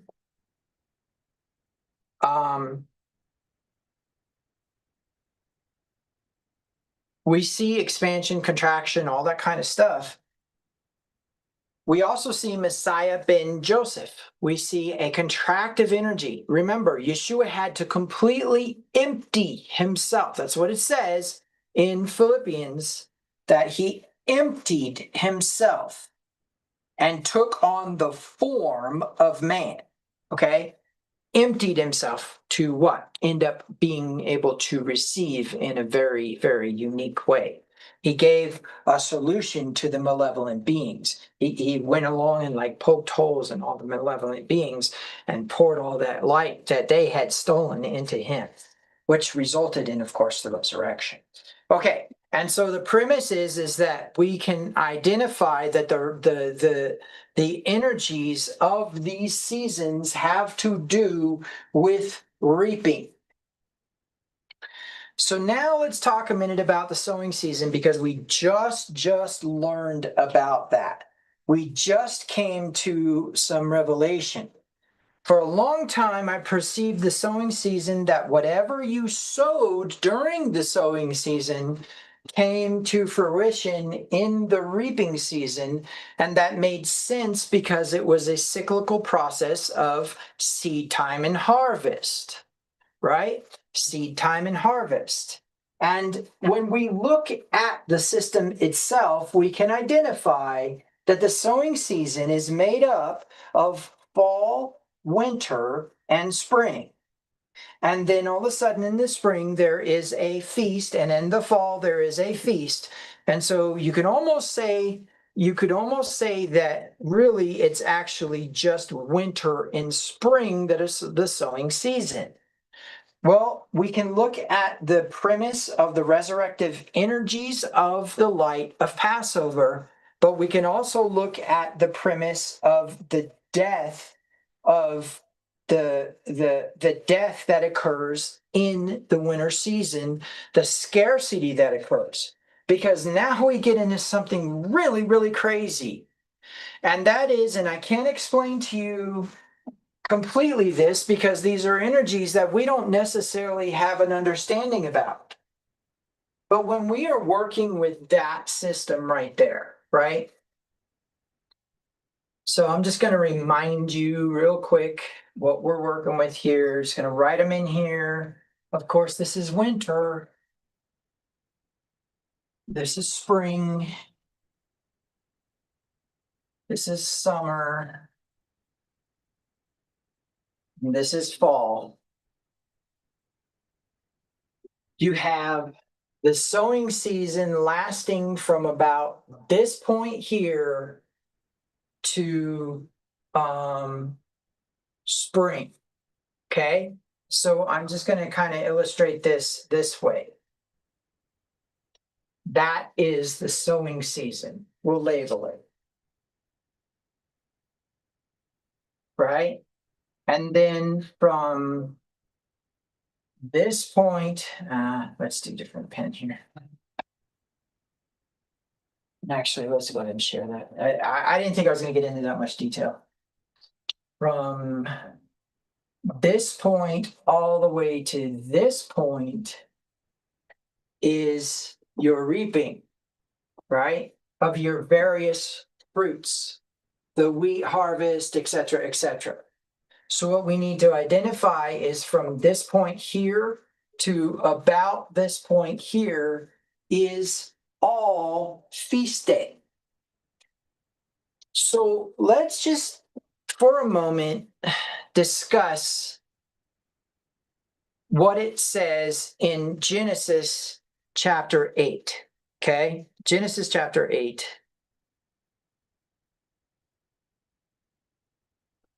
And we are going to be in verse 22.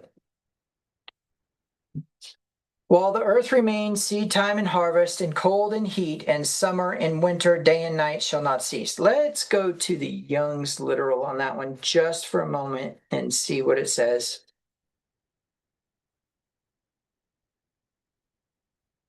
During all the days of the earth, seed time and harvest, and cold and heat, and summer and winter, and day and night do not cease. Okay? All right. So,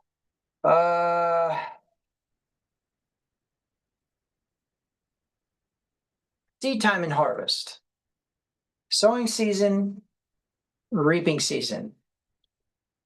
In the agricultural calendar that is prophetic, we accept that from the last day of Sukkot until the first day of Passover has no biblically oriented feast, but I'll do one better. There are no pilgrimages, okay?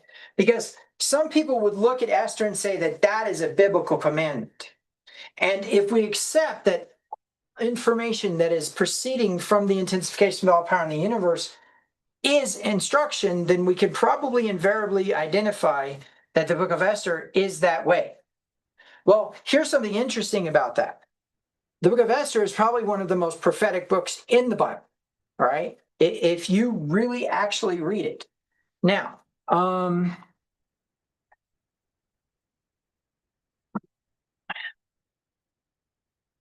the next thing that we need to understand is what does it mean by summer and winter, okay? Summer is a season of fatness. It is the combination of the grain harvests and the fruit harvests together. Okay, it's when you go out to reap a couple different kinds of things.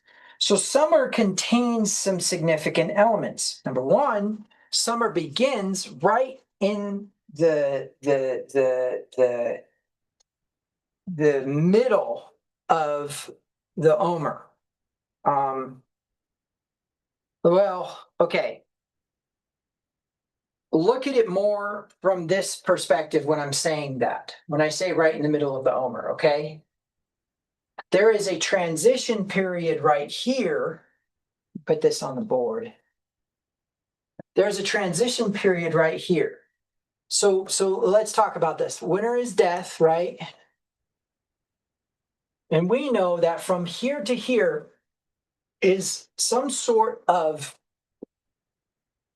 can't do it myself state of existence, right? We know from here to here it transitions. Whoops. Yeah, let's use that. So from here to here it transitions. So this would be, we're going to call this dependent. Okay, and we'll call this one independent.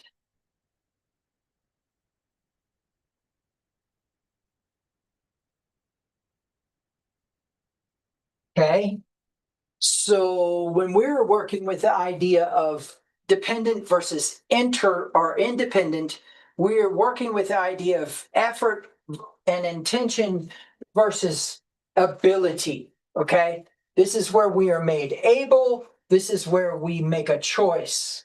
Why? Because this begins that area or season of fatness. And so really summer begins and ends somewhere here. And when I'm saying that, I'm saying the prophetic summer, okay? The prophetic summer. So the prophetic summer is going to start to go into this area because what happens here is, I will remind you,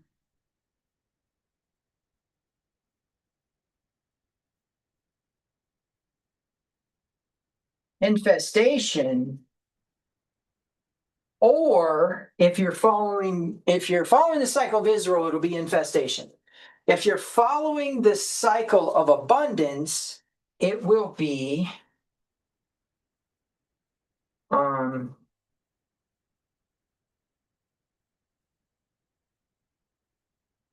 no,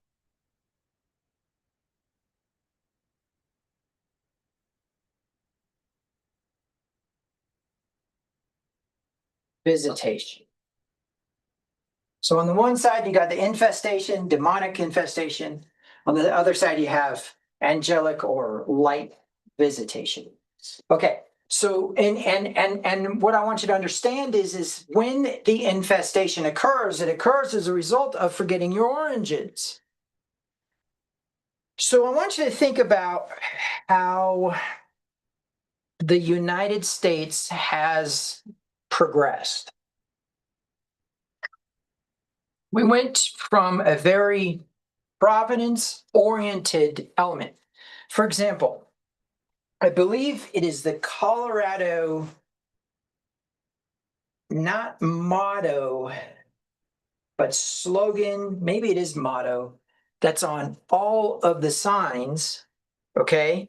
And it is nil sign Newman, okay? Nil sign Newman. Nil sign Newman. I'm going to show you this. I just typed this into ChatGPT. Nil sign Newman is a Latin phrase often translated as nothing without providence or nothing without divine will. It is the state motto of Colorado, expressing the idea that nothing happens without a higher power or divine influence.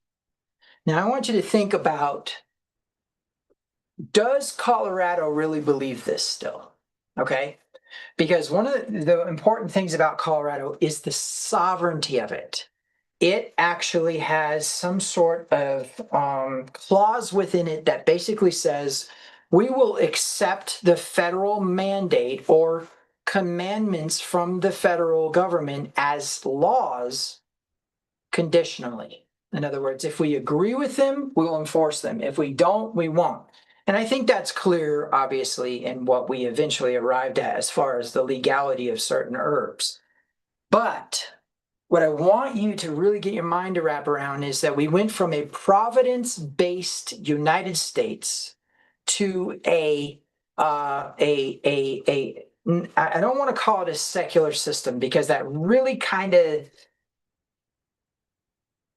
I don't know, that jives too much with this sentimentality that if you're a Christian, you're a certain political system and that's just how it is.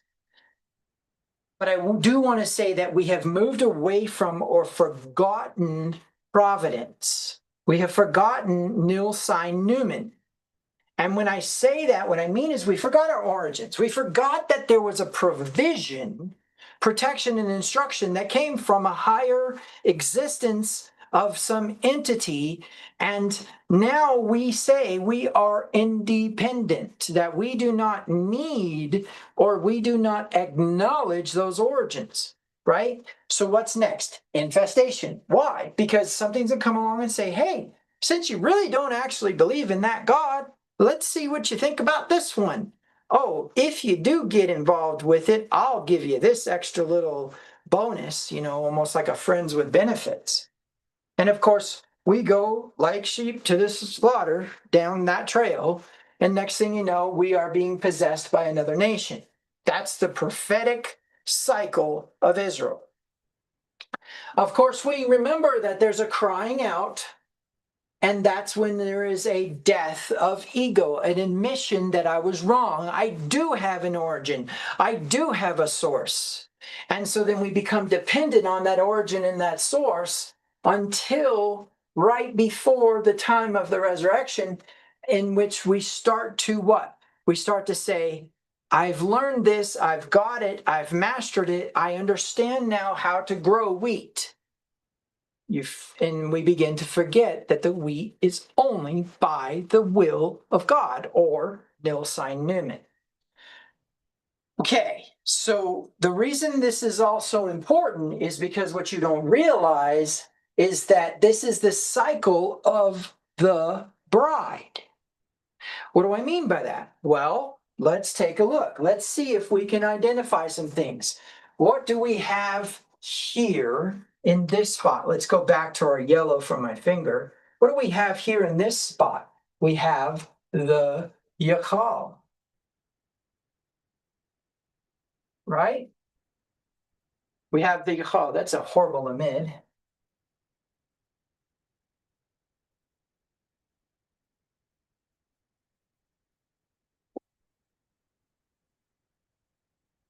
What's going on with this thing? There we go. All right. We have the Yachal. We have the we have the willfulness here, the able, right? That's what this part is here. This is able, right? All right. And then there is a concept of coming into some sort of binding, being bound to something, right? And then there is a concept of finally bowing or crying out. And that's when she becomes what? The vessel, the kali. She surrenders. There's a death of the ego, right? And then what? Finally, somewhere in this area is going to be the kulala. Now, in the cycle of abundance, this is a very different story, isn't it? What does she become bound to? She becomes bound to the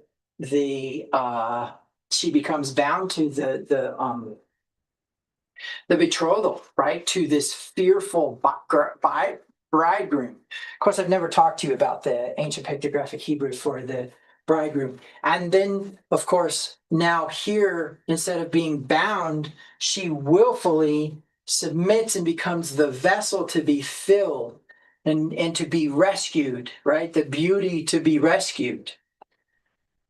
Okay, in all of that system, we need to remember that has to do with an equal distribution of wealth.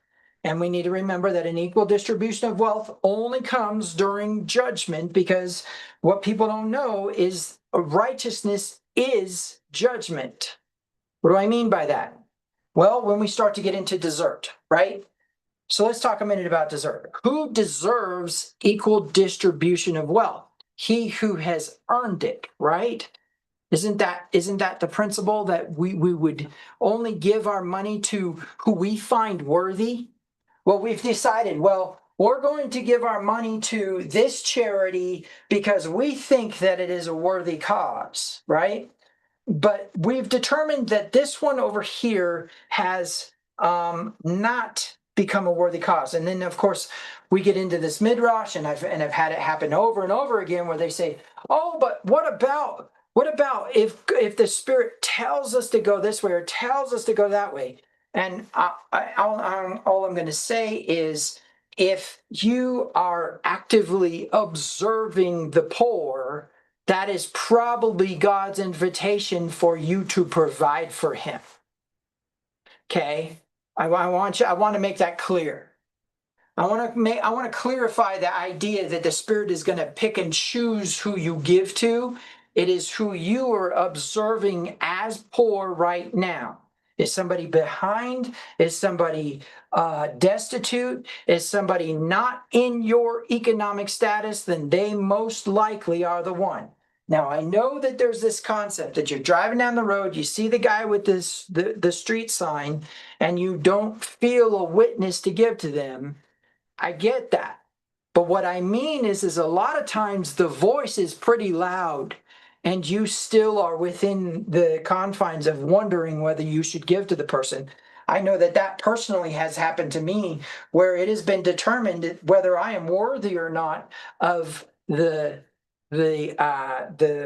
labor of being a rabbi, because I didn't meet certain criteria by that person. Okay, So in that way, I think it's important for you to understand this economic process, but I need you to understand that the righteousness of God is an equal distribution of the light, which can come in the form of an elevation of financial economic status. Yes, of course. And I don't want to leave that out, but I also don't necessarily want to include it because I don't want anybody to think that, oh, I'm trying to get you to give this ministry money or whatever. And that's not a fear. That's just me saying that, well, look, we are talking about the light here, but please believe the light can potentially be something in your pocketbook. Okay. All right. So when we are working with this model, we need to now identify that there is something significant that happens in this whole entire process. And when it comes to the responsibility of the bride, when we look at summertime, that she is able, yakal, she is willing, she is willful. All right. Going back to this diagram here, we can identify that, right? Oops. So I don't have a pointer. So what I'm going to do is I'm just going to probably use this blue as a pointer because I only did 3 dots in blue. And I'll erase it as I go if I remember to. All right. So first of all, we know that the wilderness season was designed to expose something. Okay. The wilderness season is designed to expose. So how do we know that? Deuteronomy chapter 8, verse 3. I will read it to you while I have the board turned on.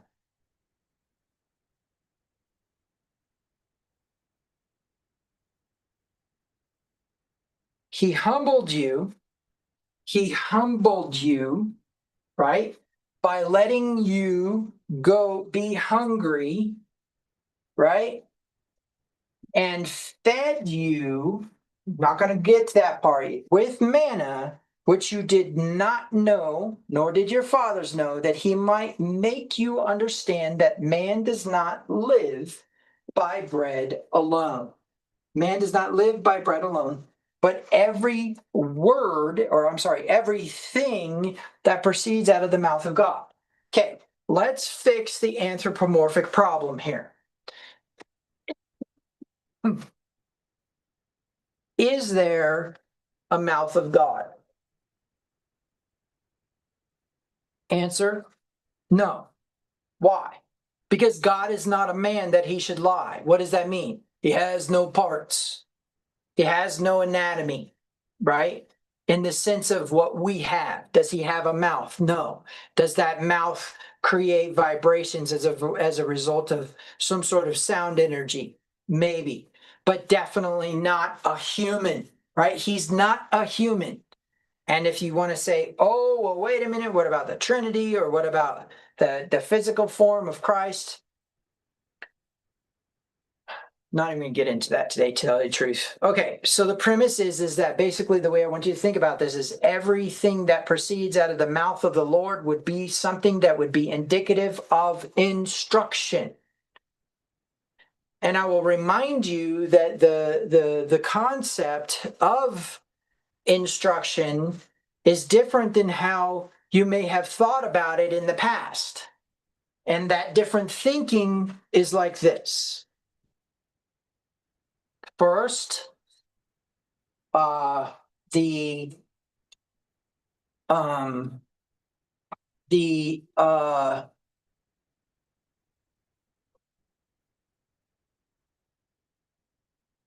movement of energy out from the intensification of all power in the universe. Think of it kind of how the sun works, right? Where it sends out these solar flares, okay? So there's a movement of energy outward from the center of this thing. Every single last movement of that energy is instruction. So a reception of that energy by a female, or better yet, a feminine principle, would result in some semblance of what? Abundance. Now, when we are working with this model, I think I need to give you kind of a little bit of an illustration and reminder. Okay, and so here's how it works. We will just go ahead and go through here, and I'm just going to draw these 3 circles. And you know that these are the 3 primordial principles, or you may not know. I don't know if you know. But right now we're going to identify that this is the first, this is the second,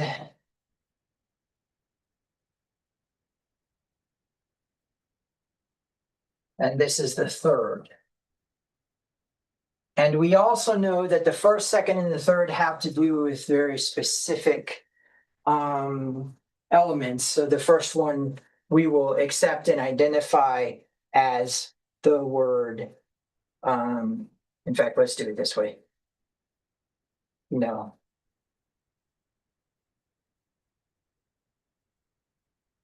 Yes, but. And finally, I will. Okay. So what do we know about her? We know that she is willful. And if she's willful, it's because she has free will or choice to choose. And if she chooses, she's enabled. If she chooses not to, she doesn't have to. Okay. Why? Because let me explain that real quick. The intensification of all power in the universe wanted to bestow all of its benevolence upon something. Problem is it's the only thing that existed. And furthermore, nothing else could exist besides it because it was 100% it. The Tsimtsum, or the first contraction, occurs, and all that happens is there is a reduction in self resulting in 1% darkness and 99% light, and that 1% darkness says no, right? And that creates a barrier. Well, that first principle or entity also creates masculine and feminine. Let me go ahead and document that.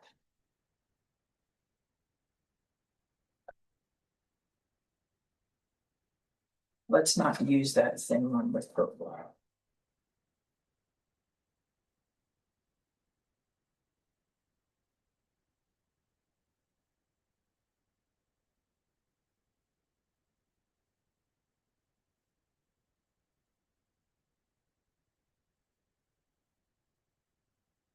Okay.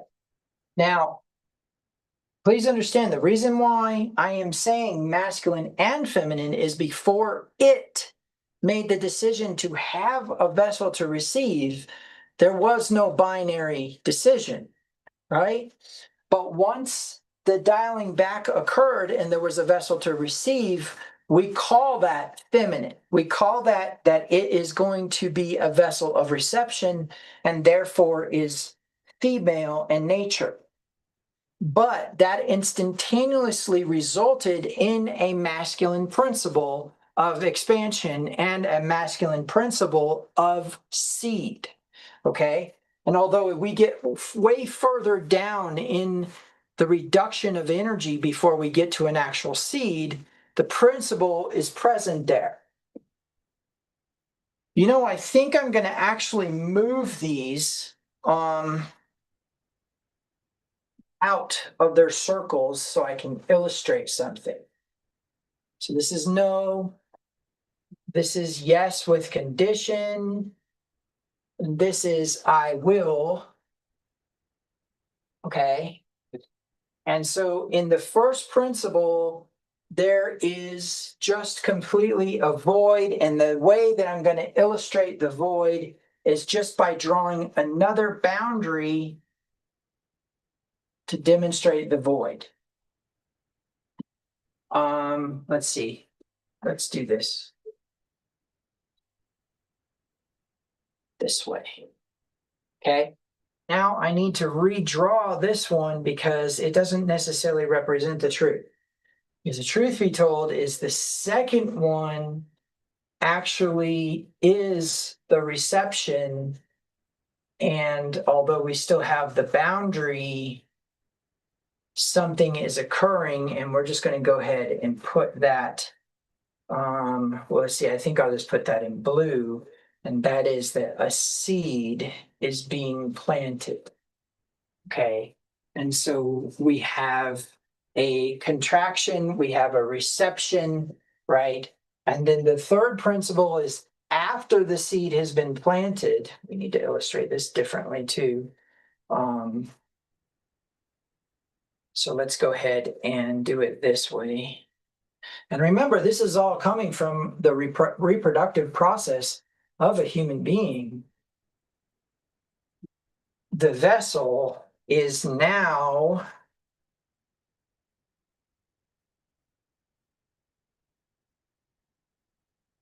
full and expanding.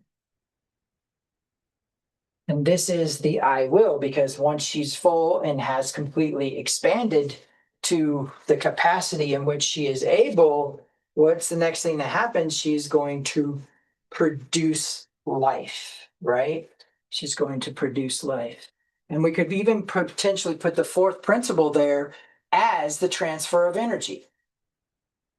So, and for all intents and purposes, I'm just going to go ahead and put this in here, that this is one single point of light.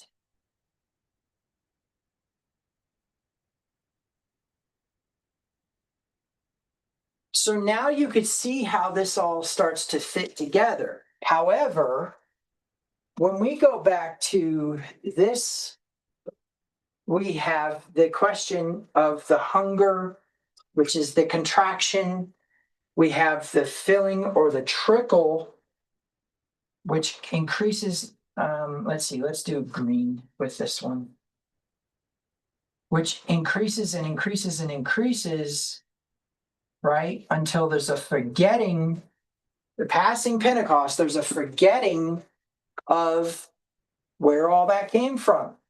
Why? Because she has produced life. Let me prove this to you. Let me prove this to you unequivocally with Torah.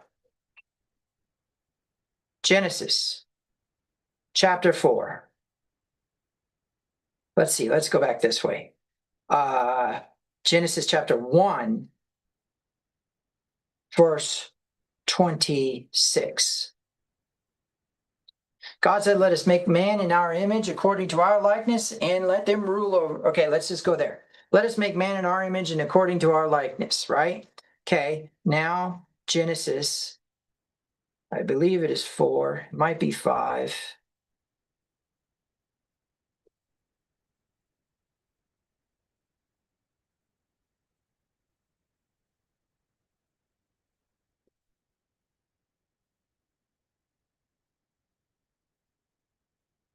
Let's see here. I think it is actually 5. There we go, right there. And Adam had lived 130 years, and he became the father of a son in his own likeness, according to his own image. That's right. It already happened all the way back then. Let us make man in our image and our likeness. And then Adam says, I'll make something in my own image and likeness. Okay, so there's a lot of ramifications behind what I just told you, but the biggest one that you need to get your mind wrapped around is how the bride is going to play a role in all of this. Has to do with the sowing season. And when I say this, what I mean is that when the bride steps out of her wedding chamber, she is what? She has become one with her husband. Torah says that a husband can annul the contract of a bride, annul the contract of his wife, okay? Now I want you to go and we're going to go to Proverbs chapter 31. In Proverbs chapter 31, verse 16, okay? She considers a field and buys it. From her earnings, she plants a vineyard. Okay? Her husband had the option to prevent her from doing that, but I want you to get your minds wrapped around real estate for a minute. One of the single most powerful investments that you can possibly encounter is real estate. Why? It's the only investment that doesn't depreciate, increases in value with or appreciates in value without touching it, but you can also improve and increase in value. So she considers a field and buys it, but then it says from her earnings she plants a vineyard. She considers the field and buys it, had some sort of profit to her. But what I want you to think about is the elements of the vineyard itself. And what I mean is, I mean, like right now, here in my community, in fact, about probably 8 miles up the road, is a vineyard for sale for, I think it's like $1.2 million. We're not messing with small change here. Her husband is allowed to annul that contract without her having any say because he is the greater, right? And because that's the assignment that was given to the responsibility of the husband. But in this case, it says that he's known in the gates because of his wife. In other words, she has actually established him through her contracts that she's been allowed to do, which means what? You default to not annulling the contract. But the very fact that the contract can be annulled means that the vineyard is very, very important to this discussion. This is not a stay-at-home wife. And what's interesting is in the context of everything, it appears as though the servants take care of the children and she is out doing business while he's out running politics. Now, granted, there's a lot that goes into that, but I want to go back to these are anthropomorphic communications. This first principle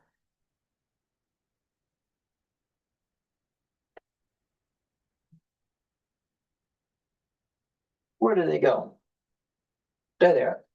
This first principle right here is an energy, not a human being.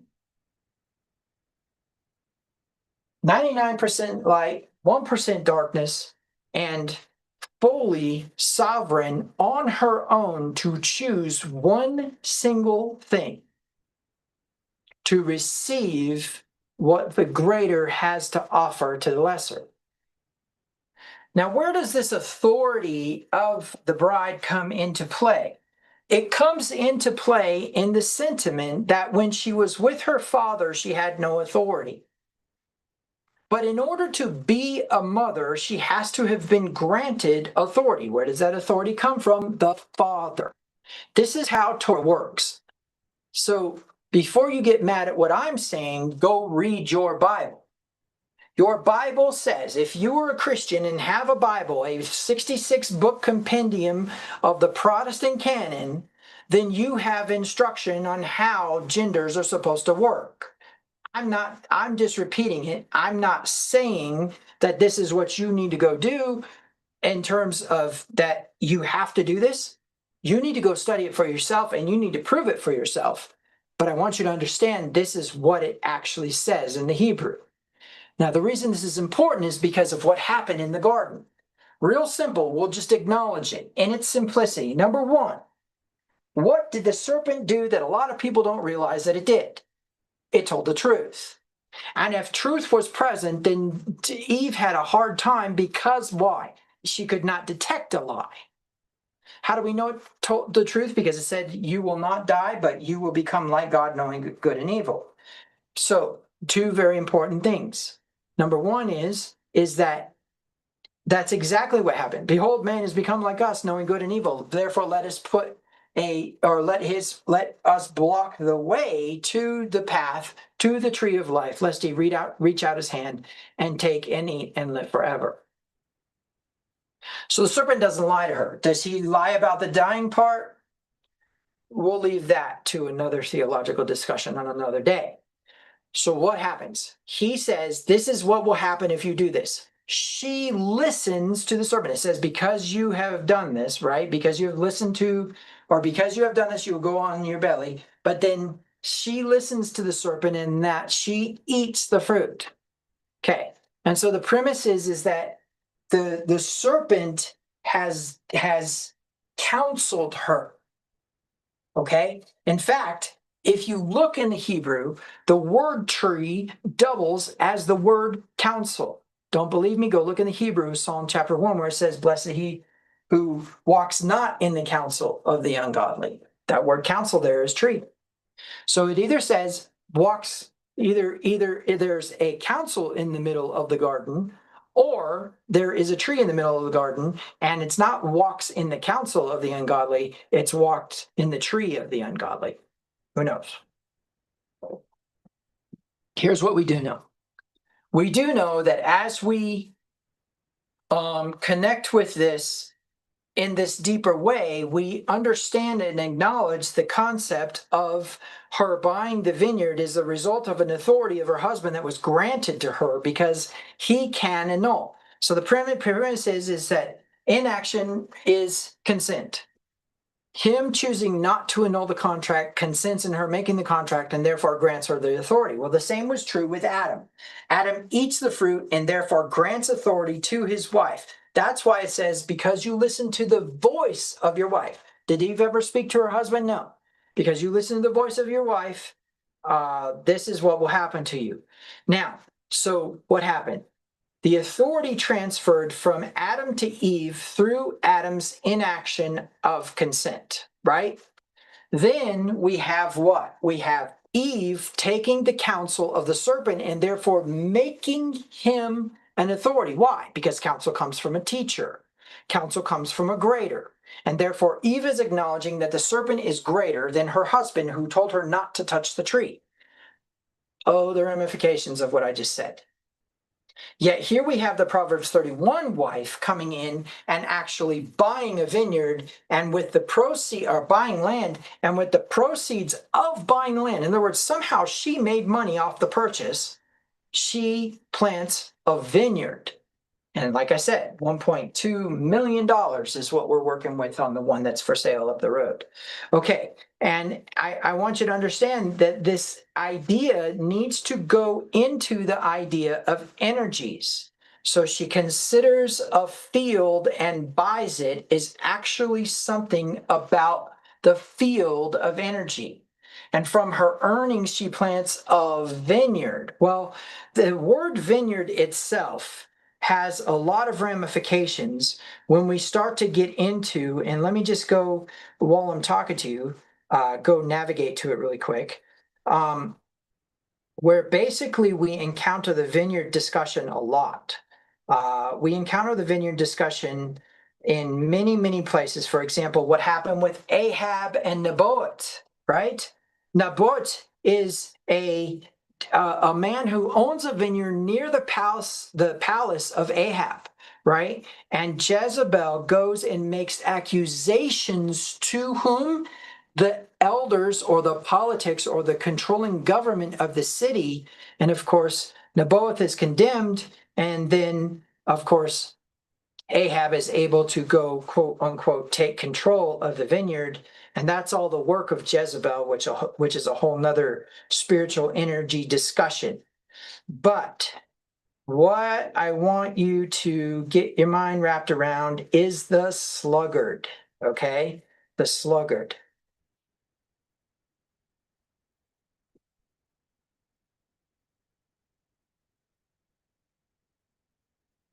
I passed by the field of the sluggard and by the vineyard of the man lacking sense, by the way, heart.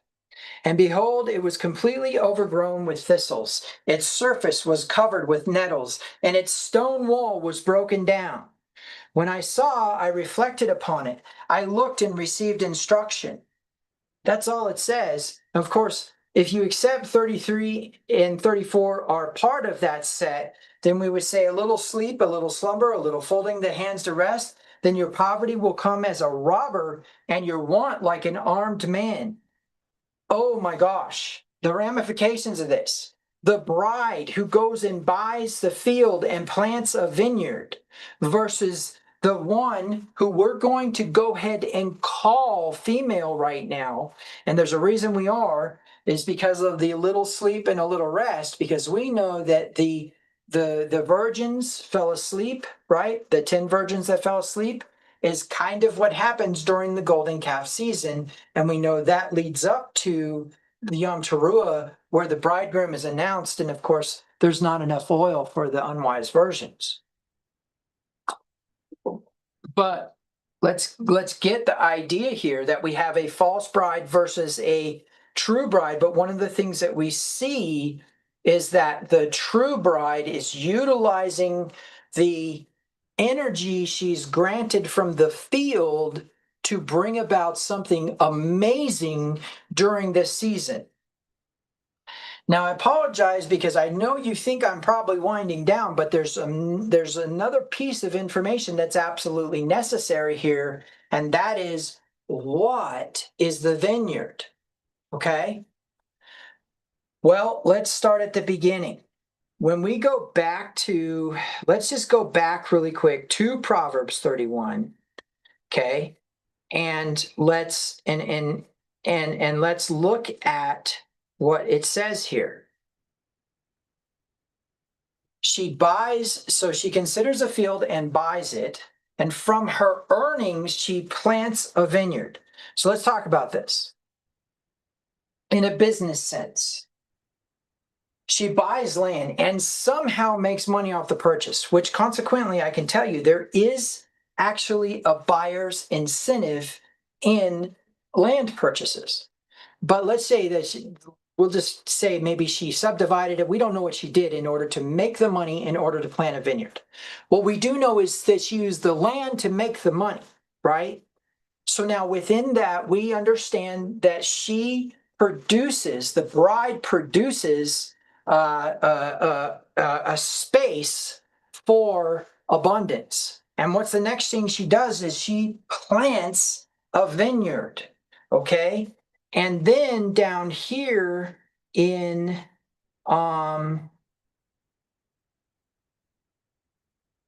verse 21, she is not afraid of the snow for her household, for all her household are clothed with scarlet. Well, we don't need to get into the deep mysticism of that verse yet. But what I can tell you is that what it means is she was not in want. But what you need to realize is that the sowing that occurred around the structure of a vineyard. Now, here's the part that's important.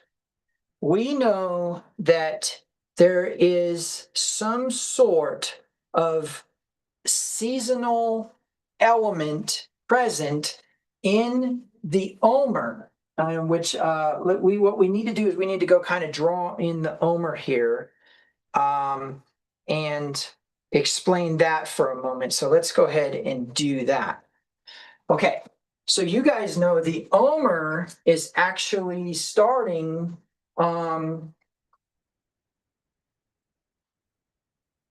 it's actually starting right, oh, that's not the right one. The omer is actually starting right here, right? And it's locked into these weeks, right? And during these weeks, there is within this huge wilderness season, let's see what color we want to use here. Let's go ahead and use this one here. There is contractive, expansive, and balanced energies, right? Okay. And I may need to draw that wave a little bit different because there's contractive, expansive, and balanced. But what I want you to think about is that there's a harmony within the wilderness season of the downslope, or the downslope of the sine wave of the wilderness season. In other words, this right here is in harmony with this right here. Okay. Now, the reason why that is important is because then we have the concept of there being a uh, uh, uh, there being a counting of the Omer being gosh, what's the word I'm thinking? Harmonic connection to the reaping and sowing. And so something very crazy is happening. First of all, wilderness season is contractive, but within that season, there is an expansive, contractive, and balanced sequence going on. Okay. But I don't know if you really realize the depth of that season. So the reason why I erase those increments is because I want to draw something different in here. I want to explain to you this thing that's occurring and why. Okay. Um, let's just do this right here.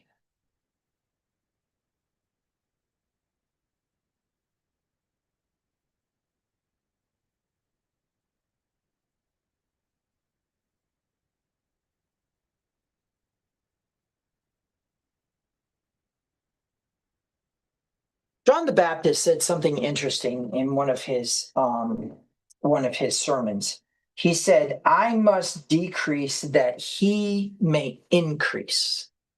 And I understand what that meant, because he was, if we just go pure Christian pulpit, he was politically more influenced than Yeshua was, influential than Yeshua was. He actually had more followers, more clout, right? But all he was doing was getting people's hearts ready. It's interesting. There is a concept in experiencing God, which was a course that I took, of basically where God will bring you through something in order to prepare you for the actual something. And so he will get you used to it. He'll get you to want it and enjoy it and whatever. And then he'll take it away and he'll give you the thing that he intended you to actually have the stewardship with. And it will blow your mind when it happens, because you'll think that you did something bad and lost your thing. And the truth be told is what he's trying to do is change that. And I think Henry Blackaby used the illustration of a spiritual center that he was trying to build. And he finally got it up and running, and it was really, really successful. And all of a sudden the bottom fell out on it, and he couldn't figure it out. And what was actually waiting was a bigger building. And so he learned to understand that concept. So the reason why I bring this up is because the wilderness season contains within it the one time during the year when there is actually an opportunity for the bride to distribute her energies in such a way as they will all be intentional upon giving them away. Now, what's crazy about that is that when you are in it, you don't realize that that's what's happening. You don't realize that there's actually something happening in which every single Omer day, you are supposed to be projecting energy out into the world. But what's interesting is it's all contractive, and so it will always be getting under, which means the bride or whatever is actually going through the hunger or whatever she is in order to elevate the world. Okay? But remember, she's going through this process of willfulness binding vessel bride, right? And so what's interesting about this is when she's going through this willfulness, you need to understand she's enabled. However, that wild mare running around in the wilderness without any governance takes the bridle, right? Takes the bridle, takes the bit. And although people don't really understand, so there's some people that understand. I myself, I was trained by a true horse whisperer, and I was trained by a true cowboy. I mean, somebody who still ran cattle up from Texas to Montana. Okay. And so I was taught that the horse gives you permission. Now, I've been at other places, I've been in other ranches where they believe that they are actually taking the will away from the horse. But if you understand horse whispering, you'll understand that the horse is actually just granting it through trust and through a built-in desire actually to be a companion to man. So a lot we could get into with that. But the premise is she takes the bridle, right? She gives permission to the groom to decide how that willfulness or ability is going to be used or how it's going to work out, right? And she then transfers into the vessel of saying, fill me and use me, and of course, becomes the bride as a result of it. Instantaneously, she says, I'll be the vessel. Instantaneously, she becomes the bride. Now, in an ideal circumstance, a young man of age and a young woman of age, and we're not going to discuss what that means, we're just going to say of age, come together after a Shidduchin, Erusin, Nessasin system plays out. And after that, she loses her virginity. He goes into her, plants the seed. She becomes pregnant that night. Okay? That's the ideal situation. A virgin and a virgin come together. They are joined. And when they are joined, there is a consummation. There is a conception, and there is the beginning of new life. That is the concept. So if we identify that the becoming the bride is actually the planting of the seed, that then makes sense that the becoming of the bride will always result in new life, then we accept that if we're looking back at this system here, she is actually becoming the bride by going down into this, we'll call it suffering, but it's really about remembering her origins, so to speak, and an elevation of all of the whole. Okay? So this comes to an interesting point. The bride is actually getting under those who don't realize they're the bride, elevating them to bride status, not you need Jesus because you're going to hell, but just elevating, right, to bride status, and then them becoming a part of the whole, which is the bride, which is an energy that actually changes the status of the entire world. We have something interesting going on, don't we? We have some sort of energy occurring here that seems to be outside of the concept of reaping and sowing. But within the context of reaping and sowing, we know that she's also going into the hunger because of what she did not sow, because she was lazy and let the vineyard overgrow in the sowing season. Why? Because this all the sowing season is, and this is amazing, is will you sow when you have nothing to sow? Will you do like what the widow did with the widow's mite? So the sowing season is interesting because what we thought was the idea that there would be some sort of distribution as a result of abundance from the harvests, really actually when we look at the winter months, unless you've stored up, right? Unless you've stored up, there is no reaping during the winter months leading into spring when the first barley harvest occurs. But that harvest had to have sometime been sown. She plants a vineyard. There's a couple things that are important that you need to realize about that. Is the vineyard a vineyard before the seeds grow? Can you make any money? So I want you to think about, what is a vineyard? A vineyard is basically a grove of grapes designed for eventually being brought into the vintage process, right? Being made into wine or something with the grapes, right? When they're in the ground seeds, when there is no fruit on the vines, is it a vineyard? No. It's only when the fruit comes that it's a vineyard, which means what?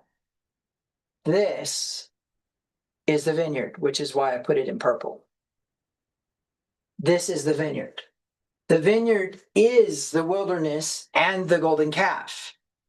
Now, what's interesting about it is there's a time when there's no fruit on the vine. And during that time when there's no fruit on the vine, is she afraid? Is she afraid of snow? No, right?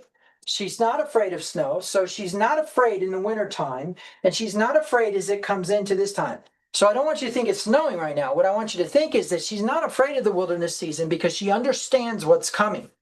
She understands the wilderness season is actually the counting of the Omer, which is the one time when the bride is enabled to elevate the entire world through her contraction. This contraction. In other words, she's going to give energy. But I want you to remember this diagram, because compassion is what actually brings the energy. So what's interesting is that we actually have a season within a season, and that season within a season uses some sort of energy that is foreign to the normal cyclical process of reaping and sowing, because remember, you got to go through a Yom Kippur process before you reap something. And the sowing will always be some temptation not to sow. The sowing season is just going to contain a lot of scary situations in which you will try to be scarce. Okay? The reaping season will contain a lot of situations in which you will receive resource and you get to choose whether to distribute it or not. So the way I want you to think about this is that the wilderness season makes you think that you're hungry, but the truth is you're getting under the entire world, right? As the bride, so at least two, and I don't mean two in agreement because we're different from each other. You don't have to agree on your favorite color in order to elevate this world, but you do need to agree upon the energy and how you are going to manifest it.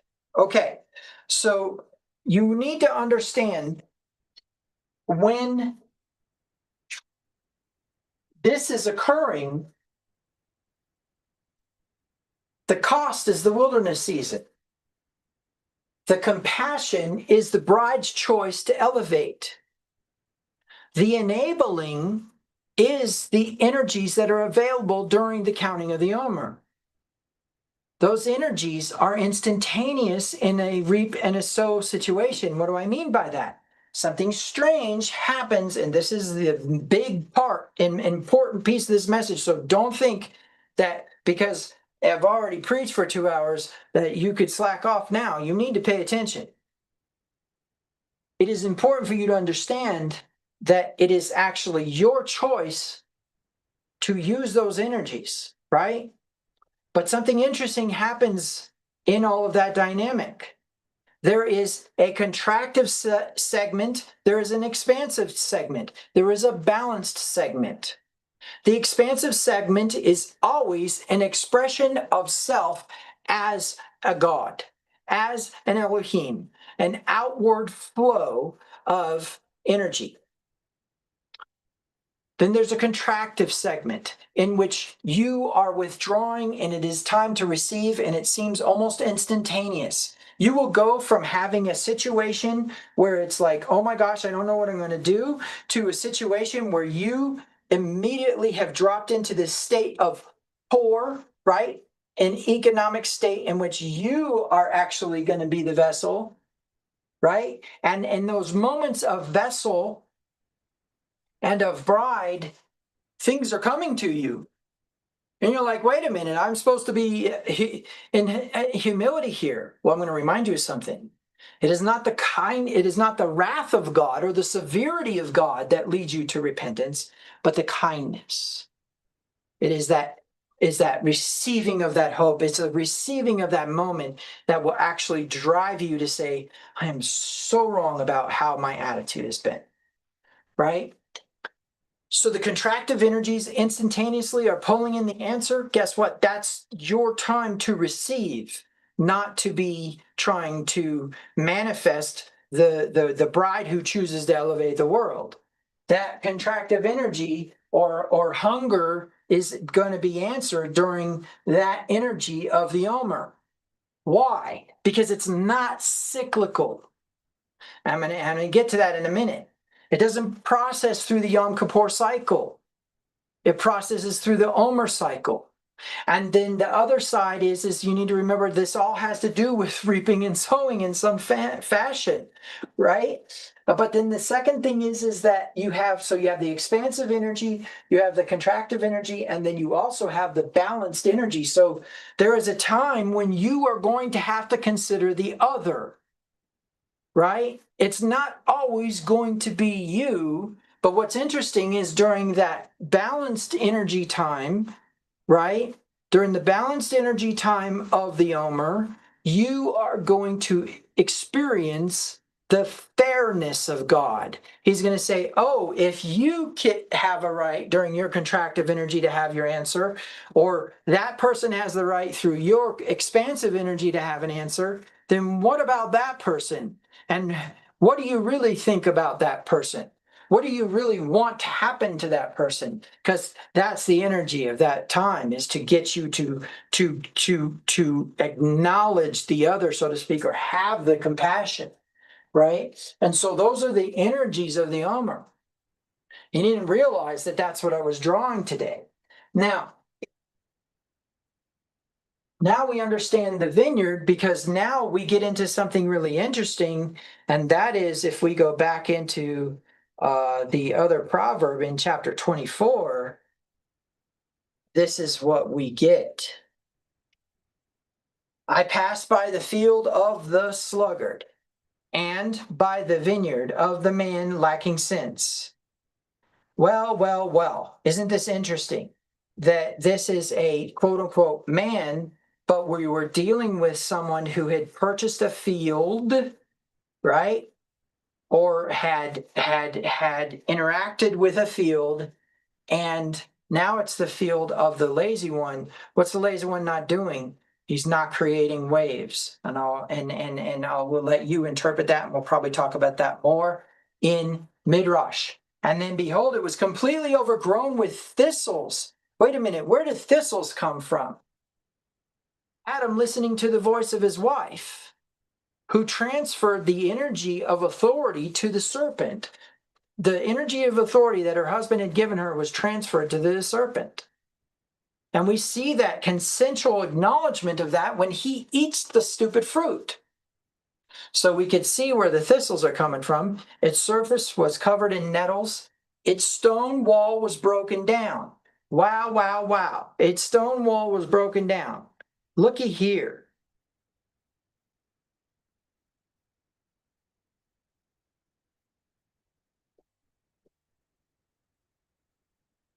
Ezekiel 22:31. I searched for a man among them who would build up the wall and stand in the gap before me for the land, so that I would not destroy it. But I found no one. Want to talk about balance? You want to talk about compassion? Want to talk about the desire to fix and elevate this world? It is during the Omer. But something interesting is happening during the Omer in that there is a non-cyclical process occurring.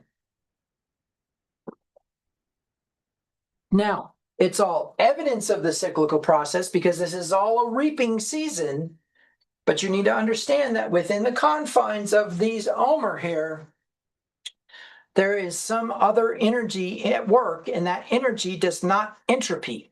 And what I mean by that is that energy does not dissipate. And so what you need to know is that all of the energies of the Omer are vectored and have a magnitude designed exactly for what the season of the Omer is about, which is elevation through contraction. I will diminish so he can increase. I must decrease so he can increase. The bride gets under her husband and elevates him into the gates of the city, right? And so the premise is as she is becoming the bride, which consequently is going to be big at Pentecost when she takes the cup, because then they're in covenant. But she's demonstrating her brideness now and drawing his gaze. Remember, I told you there is a veil preventing the intensification of all power in the universe from seeing his bride, because she has to have free will. In order for him to see his bride, she has to pierce through that veil and be visible. Okay? And so the premise is that that has to become proof that she is in need of a husband, in need of a husband, hungering for a husband, right? And so the premise is as she's hungering, it draws his gaze and Pentecost occurs. That's the one I want, right?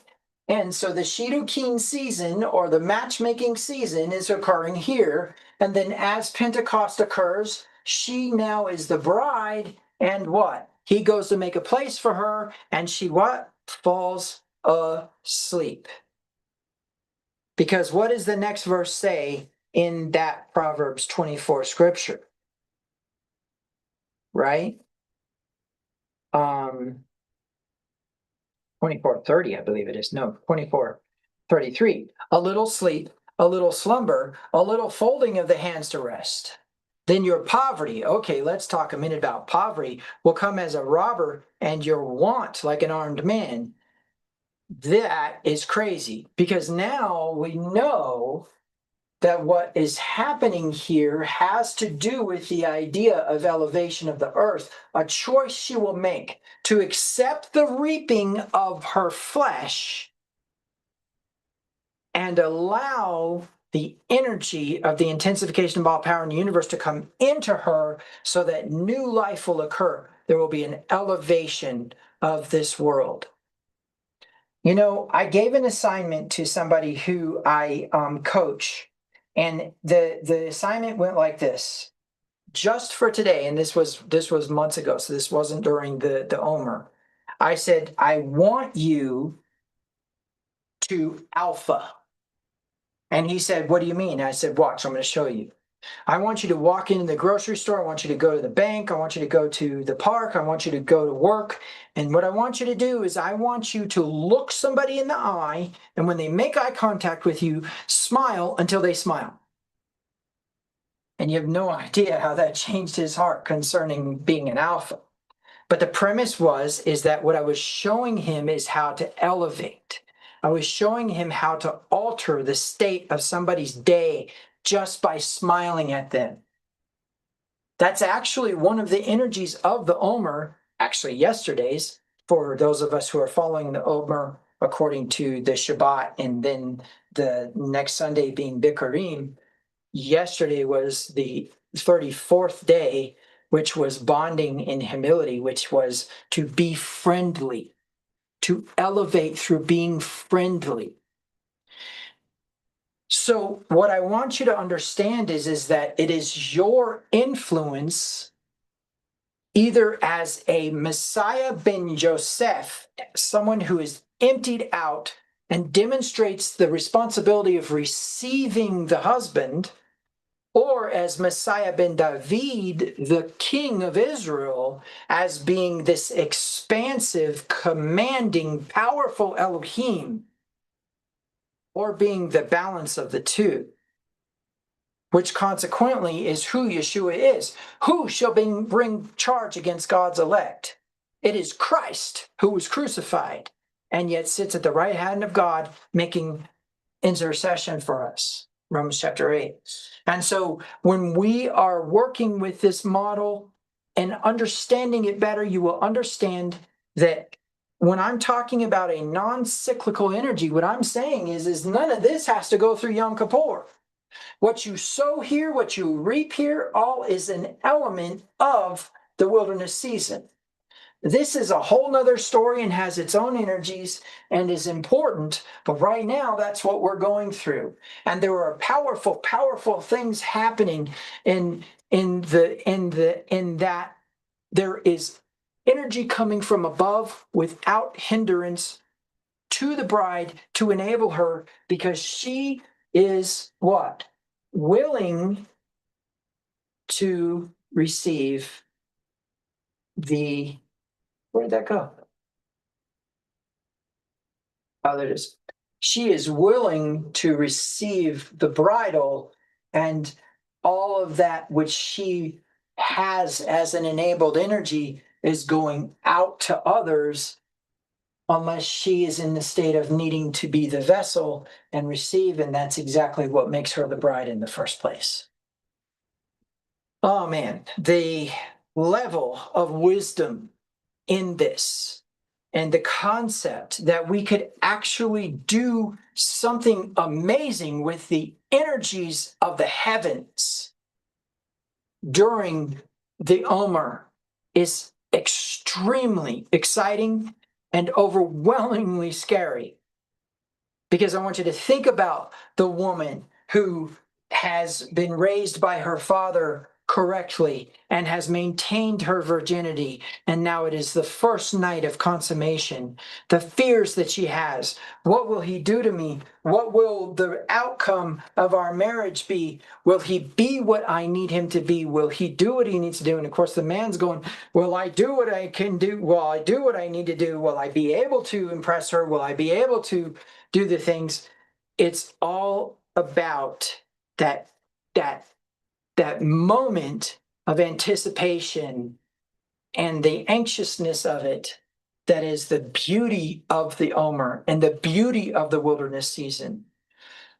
And I'm sorry this one was so long, but I really needed to get across to you that there are things going on right now in the universe that to a person who doesn't believe in them, it won't even really be recognized. To a person who has accepted the meritless favor of God, we are saved by grace through faith alone, right? Sola gracia. For somebody like that, it will probably be an intuition. For a standard Torah observant, like a whole Bible believer, it will appear to be a tradition. But to the learned and to the mystic and to the one who is willing to look into the soul of Torah, not just the writing and spirit of Torah, but the actual entity that became Torah as a result of the will of the intensification of all power in the universe, that thing, which would be the Yeshua of heaven, I would presume, if you look into that, you will find this beauty. You will find this anthropomorphic truth that reflects the energies of what's actually happening in the universe. We are making this world better. And I can tell you, when we come to the motto of the of After's Heart Ministries, which is "You are the change that this world needs," I can promise you the time for that is the Omer. and should be the highlight of that entire thing. Don't get me wrong, there's a whole nother energy here. Okay? There's an importance to tabernacles and there's an importance to the golden calf season, but I can tell you it is very different from this, which is a concealment, a concealed light of Passover energy that over time is diminishing as we get closer and closer to where the light of Passover spread out to. While you're in that bubble, it is a very different energy. And Yom Kippur doesn't necessarily play a role, except that all this has to do with reaping what you've sown. Okay? So isn't that an interesting dynamic that we have a cyclical process, but contained within it is a non-cyclical process that is so powerful that if we did it correctly and used it correctly, we would probably have a very different world right now. It is the way of the master. It is what our rabbi taught us, and it is what we seek to become, because it's what we saw in him do. And I will be willing to bet that if we were to go in and look at the timelined chronological process of Yeshua's ministerial moment from when he was baptized to when he ascended, we will probably find that a lot of the really, really neat stuff happened during the Omer. But maybe I could be wrong, and maybe we just need to research that. Even so, what's the point of all this? The point of all this is that the bride has a responsibility, and that particular responsibility just so happens to be the Omer. It just so happens to be the beginning of the vineyard, planting the vineyard, elevating that ground and changing it from something that was worth this much to something that was worth this much, actually changing the economic status of the Aretz. Okay, and so with that, then I will say Shabbat Shalom, and we will continue next week with this wonderful Omer experience.